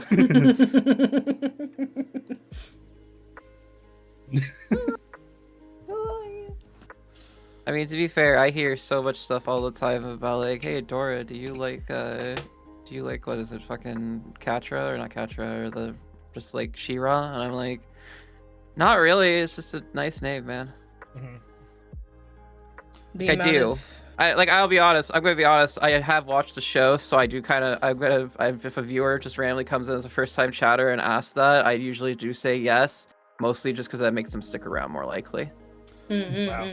Which is a little scummy Wow. tactic I do, but I mean, I don't really care that much about She-Ra. It's okay. Thankfully, it's the only one you do, so. I'm a big, yeah. So many years of if I'm a JoJo reference, I'm like, I don't care anymore. No, I don't. I'm not gonna even. I'm on the opposite. I'm just like, no, I don't watch it. I don't care about it. It's not bad. I don't dislike JoJo's Bizarre Adventure. I've just heard that joke so many times. And That's I think okay. that people that do I like mean- it are bad. It's not Yep. even a Aw, no. JoJo reference. Or, like whatever. Yep. It's JoJo, just a JoJo name. is bad, and people that like it are dumb and need to Aw. find cooler hobbies. And Warhammer sucks. That's fair. People that can't stop talking about Warhammer suck. Especially 40k. Let's see. No one cares about your Hearts of Iron save. The what? But Horatius, everyone needs to see how I made the German Reich win World War II. Stop talking, lady. We're talking about war now. It's called a callback. Bring Just whoosh right over my head. I don't know what's going on anymore. I'm I'm just like, bringing it I back lost to- my I don't plot. know. Yeah. Hearts of Iron 4 fans are you're Something when you else. throw a ball into a Hearts of Iron 4 room, you either hit a communist or you hit a Nazi, and there's no in between. There's no one. Ugh. Hi, Akari. You've come in at an interesting time, my friend. Oh boy. Like, I'm not being like I don't throw that word around lightly. That is very much what the Hearts of Iron 4 fandom is. Yeah. If you want a normal game, like way normal, CK3 is probably the most normal of those fan bases, because then you just get like the fantasy nerds and like Game of Thrones nerds and shit in there too, instead of just those people. Stellaris is also, I think, a pretty safe community. Yeah, Stellaris is think. pretty safe. Yeah, I'd say Stellaris. It's because it doesn't have the historical context. Like that's the problem of Bunch Hearts of of role Iron. players, like a Now- sci-fi role players. Oh, Now- are we talking about horrible fandoms or like gaming communities? I was just talking shit to talk shit. But I will Oh, yeah. point out that I used to like Stellaris a lot, but then it got way too... It did the classic Paradox thing, where they release a game that is approachably complicated, and then every time they release a DLC, they're like, what if we add 7 more mechanics? And... Fuck man, EU4 is terrifying at this point. It is not the same as what it was when I first can't got play it. EU. I can't. Oh man, God, I played the earlier games so much that I'm so confused by the newer ones. So, like, I used to be like, haha, I'm going to make a little mushroom people, hive mind, and we're just going to eat lesser races that we can't convert. And then it was like, what if this game was increasingly more unapproachable to play? And I'm like, I don't need this to be more complicated, you know? It wasn't. It was pretty complicated to begin with. Like Yep. they. Or you can- Good. Listen, or you can just enjoy the same experience of beating your head into a wall several times to play Victoria 3. No. No, I stopped at Victoria too. That game Also, is I so like- unstable. That game literally is so unbug tested. If you try to play as like nations that the game doesn't expect you to play as, you'll just crash the game consistently. yeah. That game is so bad. Like it is like I'm not surprised. it crashes so bad. This is It's good not a fun. Victoria games are not. I don't know why they made that sequel. I'm gonna be perfectly honest. It's just. I think they did it just so the Hearts of Iron 4 people could convert saves from EU4 to Hearts of Iron 4. No, Honestly, Steve was- excuse me. TK3? No, Crusader Kings 3, Steez. I live like 25 minutes away from like the Paradox like headquarters, and I know Yell a at bunch of people. Yep. I have yelled at some people who I know have worked or been involved in certain games that they played that Paradox Uh-huh. gave up, just to give them shit. Crusader Kings 3, is my hot take, is their best game, and I refuse to believe that anyone who says EU4 is right. And I'm sorry, Yeah. CK3 is way more approachable. It's the most approachable and fun. Yeah, Mhm. CK3 is really, really fun. And it's really fun to just play as some smaller like people or anything and just grow into like a In this house, massive we empire. play as the Isle of Man.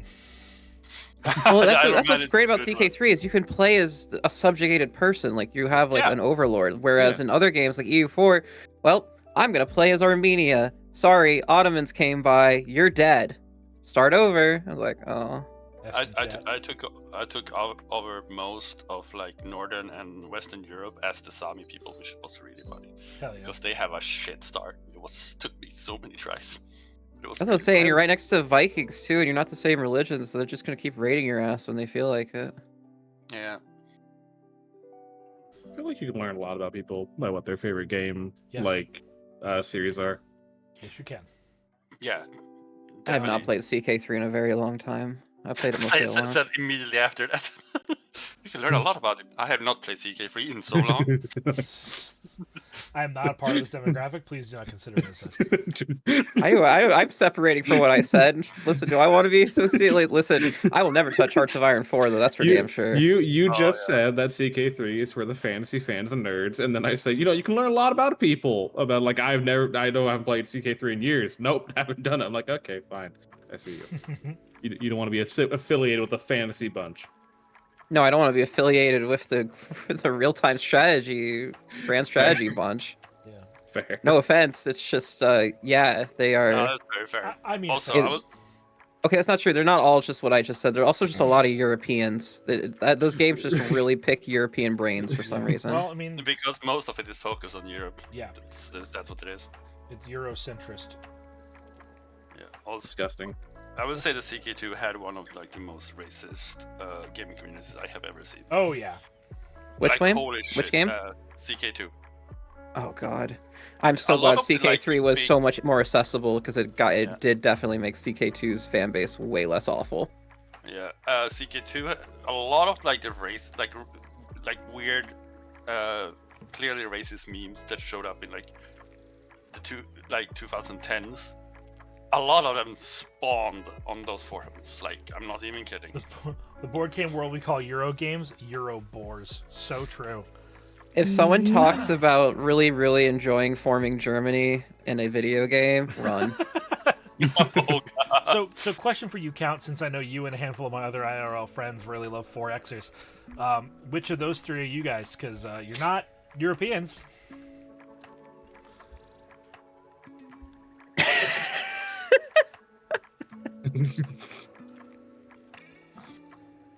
I don't play these games. I don't know where I'm here. Say, Jojo. Yay! You're making. You're the here. right You're choice. here to prove that I'm there's. actually gotta go. Fucking the brilliant. lurk. I Nice. played Sims as a child, and that was about Hell it. yeah. Sims and Mass Effect. You can see where that came from. Yep. Yay. I learned later on in life that I played Sims so much because that was the only way I had control over things. I'm like, oh, Oh, yeah, sim games. Oh my god, escapism. yeah, it's relatable. great. So relatable. What is that? Huh? I know, horror. We all can't be perfect like you, I guess. So true. Hor doesn't see anything what it does as escapism. He fully just commits to everything. as Yeah, it is totally. for you. Wink. Yep. Wink. I will say when I was a kid, sim games was basically all I played up to a point. Mhm. For those of you who are old, do you remember Sim Tower? Yes. God, I love Sim Tower. I played it so much. Dude, That and, Roller Coaster Tycoon. Anyway, I'm old. Minecraft wasn't out yet. despite the fact that I was talking shit about it earlier, I do need to play Darktide on stream in the next week. Mhm. And I need to record playing a heresy difficulty mission, while actively role playing with. Oh the rest yeah, of yeah, my we're gonna group. do that. That's gonna be very fun. Yeah, I have to do that this week, or I'm gonna get in trouble with Lurkit for not doing a mission that I signed up for. Ah, okay. Whoops. Best luck. I think What? Best of luck. Thanks. Yay. Never played a Mass Effect, BG's favorite Bioware game. That's okay. Yeah. I remember when I was younger, I was a very avid fan of like BioWare games, and I still like the games, obviously, like aside from the company, and that's its own thing, anyways. But I learned too little, too late how insufferable. I mean, it can say for any fandom, but especially with like Mass Effect and stuff, how insufferable a lot of the fan base is. Because straight up, there was. Oh, what is the word? What am I thinking of? For the longest time, I watched. Every year they would do like, or more or less they would try to do like a, hey, it's November 7th kind of thing. And I was always surprised why like the Garrus voice actor never popped up until like later I realized how uncomfortable people were. Oh yeah. I just remember because this was also like the heyday of like BioWare, which Mhm. BG3 isn't technically, but like on the height of it, where like after I would say after Mass Effect 2 released, leading up to 3, and you had the Dragon Age and everything. That fandom was incredibly rabid and incredibly uncomfortable with any sort of criticism towards the games and any sort of thing that went outside what the larger fandom had established was like, this is the thing. Yeah. Between criticism and just not letting certain voice actors know any sense of peace. Yeah. Like, like again, that's why my understanding of why like the Garrus voice actor never really popped up outside of, you know, just doing the role because people were gross as fuck. He was, I mean, a lot of people got it, but he definitely, I know he got the brunt of it. I know he got the brunt of it. That poor man. People were so absolutely rabid about Garrus, so I'm not surprised. I mean, I am too. I have a body pillow of him, but at the same time, like, give but you poor know people that, peace. Yeah. You're obsessed with the character, not the person behind the character, because you can separate the two. Yep. Yeah, that was always the problem. And I still like those games, but now I don't. I am not as jokingly, even just jokingly, I'm not as rabid as I used to be because just actually seeing people, and that also happened with the Undertale fandom, considering I was in a weird part of it. I think most people were though, like how uncomfortably just weird people can get in those kind of things. I have just realized this.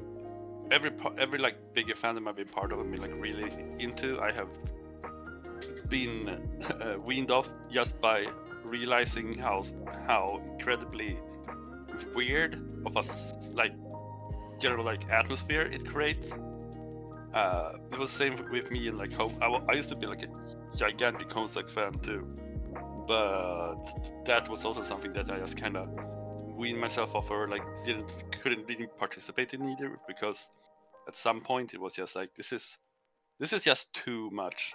This is their entire identity, and it's getting like this is a little bit too like almost cult-like in their like thinking. It's so weird. Oh yeah. Yeah, I've gotten to a point where like I really like certain things. I like games. I like the fandom of it, but I am not part of the fan base because it is just safer for my brain fear to just be like, I really like this. I'll do a lot about it. I just don't want to talk to anyone else about it. Right. Because people are weird. I like reading things about it that other people come up with or like think about, but I don't want to participate in the discussions around it. Yeah, I back to Anxeity. I used to know a group of people in the Undertale fandom that it got really bad really quick for a lot of reasons, but eventually one of the people that I used to be really close friends with threatened to kill me. So I never seen them since, but you know, well, at least that's what they told people, and somebody told me vicariously like, yeah, they're talking a lot of big shit. I'm like, okay, cool. Never seeing you again. Goodbye. Thankfully, you know, it's online, so people can say a lot of shit, but The scary part of that was they knew where I lived, so that kind of made me nervous for a long while. I mean, like, wouldn't have happened anything, but there were a lot of reasons. But I have my like sensitivity for certain things heightened on the way people act, one way or the other. Understandable. Yeah. No, I feel that. I had someone threaten to cut all ties with me because this was when I was like 16, 17, and the Twilight fandom hit, which was a thing.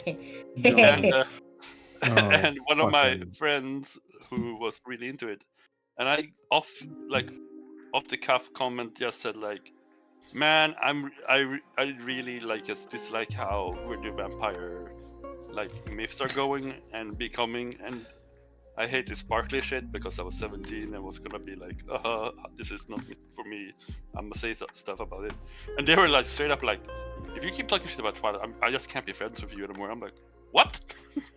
I learned a lot of things as I got older, because like one of the vampires was technically a Confederate, like a strong. Oh, that's a Confederate American vampire fiction. Like, holy shit, I've seen it several times. And then the dad was on the wrong side of World War II. If you can put that to that's You- just being in vampire fiction So- in general. So here's the thing, Valk. You say the Twilight fandom is kind of insane and crazy. Yes. Yeah. I grew up for late elementary and all of middle school. 45 minutes from where they were filming the first movie. Forks. No. It's not good there. It's bad there. And shortly after the boom of Twilight, you could definitely tell who was only there to try to find exactly where they were filming the show. Oh fuck. And the Gross. insane behavior. My English teacher had a life-size cardboard cutout of Edward and would roleplay with it in the middle of class when they're telling stories. No. This is the stuff I have nightmares about when I was like. No. People need to go the fuck outside. People need to touch a lot of grass. Or trees or something. It's that actually reminds me. I remember I was hanging out with these people and they invited me for some fun times, which was a really nice couple. But I came there and they had like a David Tennant cutout in their bedroom, and I was just like, I'm not really comfortable with this. Yeah. Huge cutouts, like cardboard cutouts of actual people. That's sets off a red flag for me. I like the Twilight books. Like, I read all the books. I actually really, really like them. And then I went to go see the first movie and went, I don't like this anymore. Not my thing. I have a really dumb sort of adjacent thing, and I just kind of thought about it. Does anyone else just ever get, like, confused at people who get starstruck by stuff? Like, am I weird? Am I broken? Because I just never have feelings like that towards anybody. Like, you could be broken. It's just some people get just very obsessive, or some people are just like me, extremely anxious individuals in general. And then you add someone, oh, this is a person who like have some semblance of like, I don't know, control over your life, like a reputation, and then sometimes your brain just goes, I just better not, fuck up when I talk to this person.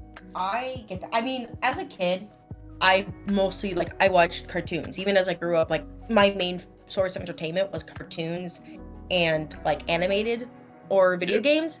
And up until college, I never connected the characters' voices to real people. I just kept forgetting they were there. I just... Maybe, on another spectrum, that might be unhealthy because I'm focused on these people as real people, in a way. Because that was its own thing of, I would cry at movies because I thought people committed to the bit and actually died for the longest time.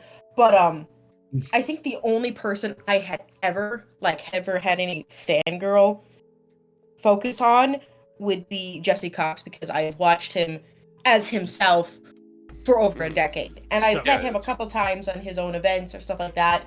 Or, he's literally been the only person I've ever kind of gone, kind of, and, the little spazzy about, which I think is because he was a person. I need to take this conversation for a moment and talk about Jesse Cox, because there's a piece of work that Cox and Crendor did that I need to steal, and I need to find someone to steal it with.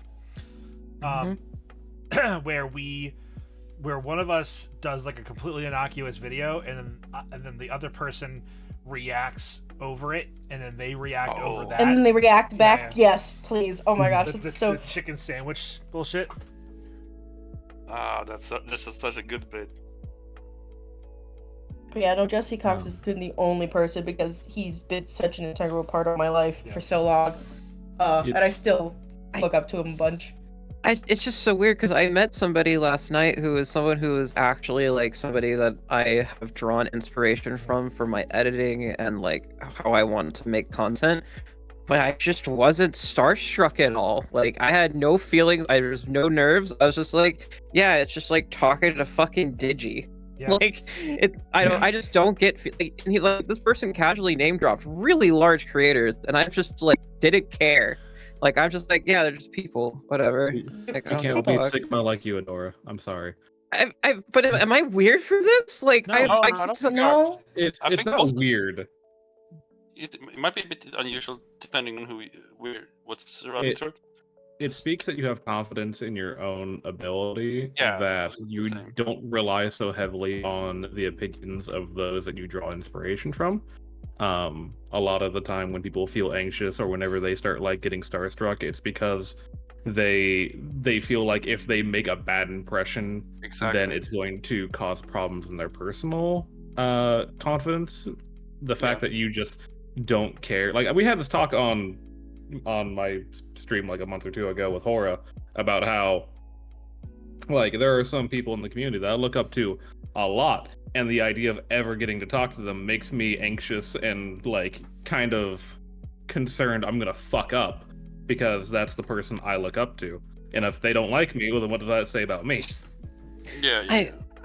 I guess it's just, I don't know. I have a weird world perspective where everyone's just people at the end of the day. A lot of us have our own circumstances, and it's very like, and not to mention the people who I do like talking to who are large, they're gonna be a type of person that isn't up their own ass, if that makes any sense. So like, I have no desire to talk to people who can't smell anything but their own farts. So like, I just will never care to pursue those people. Who Or I like, am? No. yeah, like I just don't care. I never will. And it's always weird to me when people get anxious towards me because I have no anxiety towards anyone. You could have literally like Iron Mouse could join this call and nothing would change in my perspective. It's like I don't care. Like it's she's a lovely person, but like size doesn't matter to me. Like it just doesn't.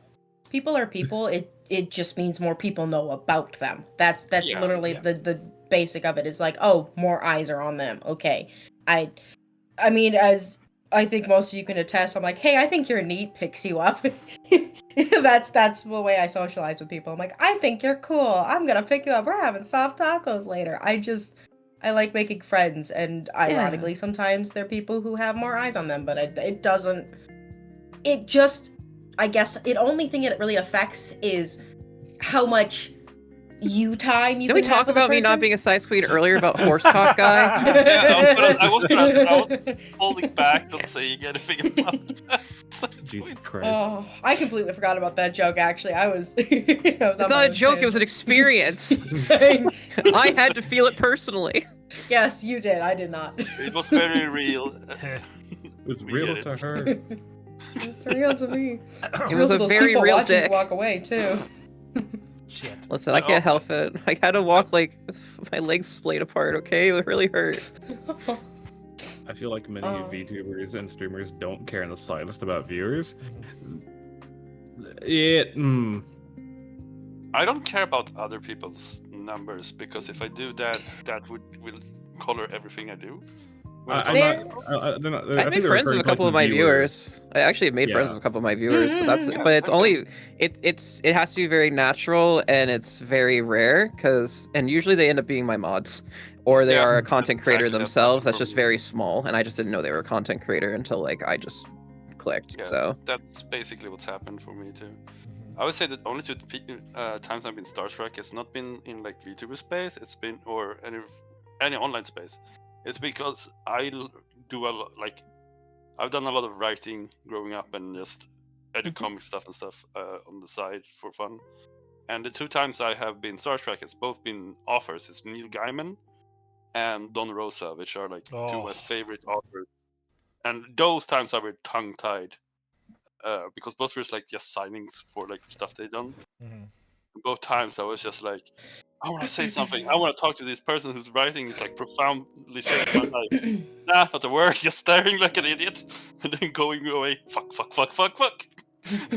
I think also another reason why I just don't get starstruck with at least content creators, because I don't know, I haven't met any like actual celebrities or anything, so like of other fields or stuff, so I can't really give experience off that. But I think it's partially me being a 30-year-old that was a 20s burnout only because of working too much on the railroad, that I just no longer value hierarchy and or clout. So I just see people as like, oh, you're just somebody in my field. Cool. Like, oh, you do it to a larger group of people? That's nice. That's cool. What do you think on X or Y? And I just start talking shop at that point. As a person who just loves character designs, which is what drew me into VTuber. 'Cause I've had that moment with people where people have just quietly gone to me and like, Adora, oh my god, Adora followed me on Twitter, or oh my god, Adora is like, Oh my I'm god, talking Queen, with are you Adora, and I'm lost? like what? I've actually kind of felt bad that I don't like react incredibly or like do like a big thing when someone who's a lot bigger than me like followed me or whatever. Don't. Because It's I good. see That's other good. pe- That's good. Yeah. Don't do that. Don't do the other Because thing. I've seen I a lot prefer. of people like do it, and I have had people follow me quietly, and I'm like, I don't feel really right about it. And also, a lot of it has come. Also, I guess a lot of it also comes from the fact that my game project has kind of like have these people. That's also been like a thing for me. Like I don't care about the size and everything because I care about the designs. If this is going to be fun for me to animate or whatever, so I have just thrown it out there. Like, hey, you want to be part of this project of mine? And people just said yes, and I was like, oh, neat. And then someone was like, you can't just ask people that. I'm like, oh, I can't. But it worked. They wanted. but it worked. Listen, there's one thing that I know about content creators, and it's that if you offer them something, and it's like, hey, you want to be in something, or it's something 95% of the time, we will not say no. Yeah, like I have like people like it's funny like people always wonder like, oh, how did this really large person end up on this like really small channel's interview show? It's because like, listen, it's just how people work. They just like they schedule shit out and they're like, yeah, fuck it, why not? A lot of people who are really large aren't as busy as people think they are. Mm-hmm. I love networking. Yippee! It's actually something I actually enjoy doing. I hate calling it that though, because like at the end of the day, like I just wanted to hang out with some people last night. I just happened to be somebody that was really cool. But I've been trying to hang Fair. out with that group of friends for a long time anyway. So it's like You're just like finally. it's like I couldn't sleep, so I was like, whatever, I'll go hang out and we'll talk about Foxhole. Literally why I did it because I saw Hora post about fighting games, and I'm like, hey, you like fighting games? You want to be in a fighting game? Oh, go ahead. Sorry. I was gonna say, here's your Bard toxic take for the day. I find it the weirdest thing ever whenever someone like gets a big follow on Twitch or on X/Twitter, and immediately like screenshots like, "Oh my god, are you lost?" and then starts just blowing up over it. I feel like it's weird to the person that you know just followed you. Yep. And also like it seems almost like you're bragging to your friends that you got recognized by X, Y, and Z, and they didn't. Like, there's a lot of like subtle things that just kind of upset me about it. And No, I why they agree. upset I me. hate it too. I hate it too so much. I hate it so much. I literally, I'm gonna say this to anyone. If I ever follow you, don't do that. I don't care if I'm fucking the size of goddamn Canada. No. Don't do that. Don't be a size queen. I mean, Oh, I will absolutely say that I've done that before, and especially when people first started saying like, "Hey, I think you're neat," and then following, and I'm just like, I just kept posting things of like, "Hello, hi, okay." I think it's more understandable when you're like at the very first start because you don't have maybe as much connections and stuff, and that kind of like, generally like, maybe you are a bit confused about the whole thing going on. That's like more genuine, but you see people doing it, especially when they're been around for a while, and then it starts to ring a hollow. Yeah, I haven't done it in a long while, but like I think when it first started, like Cab followed me, and I'm like, "Ha, panic!" And then there was like a million other people, or like that, or even like Min followed me before that. I'm just like, "Hi, oh, I think you're cool. Why are you looking at me? This is weird." And then, but that was just kind of like the first month or two, and then the same thing with like people, posting their numbers. I've done that a couple times, and I don't mind if it's not, Jojo, Yeah? I see a raid message going up. I think Horatius is raiding. Horatius, say your goodbyes. I think it's Hora saying we're done for the day. Okay, we're just having a conversation. I know. now. I didn't want to interrupt. You guys are just like popping off and having a good time. But I'm at the end of my. I've noticed I haven't been talking a lot, and it's because my voice is just tired. So I want to make sure I don't strain myself by going longer than I should. Self-care is based. So Anyways, true. Bye. Have fun. Enjoy. Bye-bye. Alara. Bye. She is doing a metal music cover stream and is currently listening to Diggy Diggy Hole. And I was like, this is too perfect. I have to go. Perfect time. Perfect. Go. Take care, everybody. See you next week. Thanks. Bye. Jesus Christ. Just. Oh no, it's an emote only mode.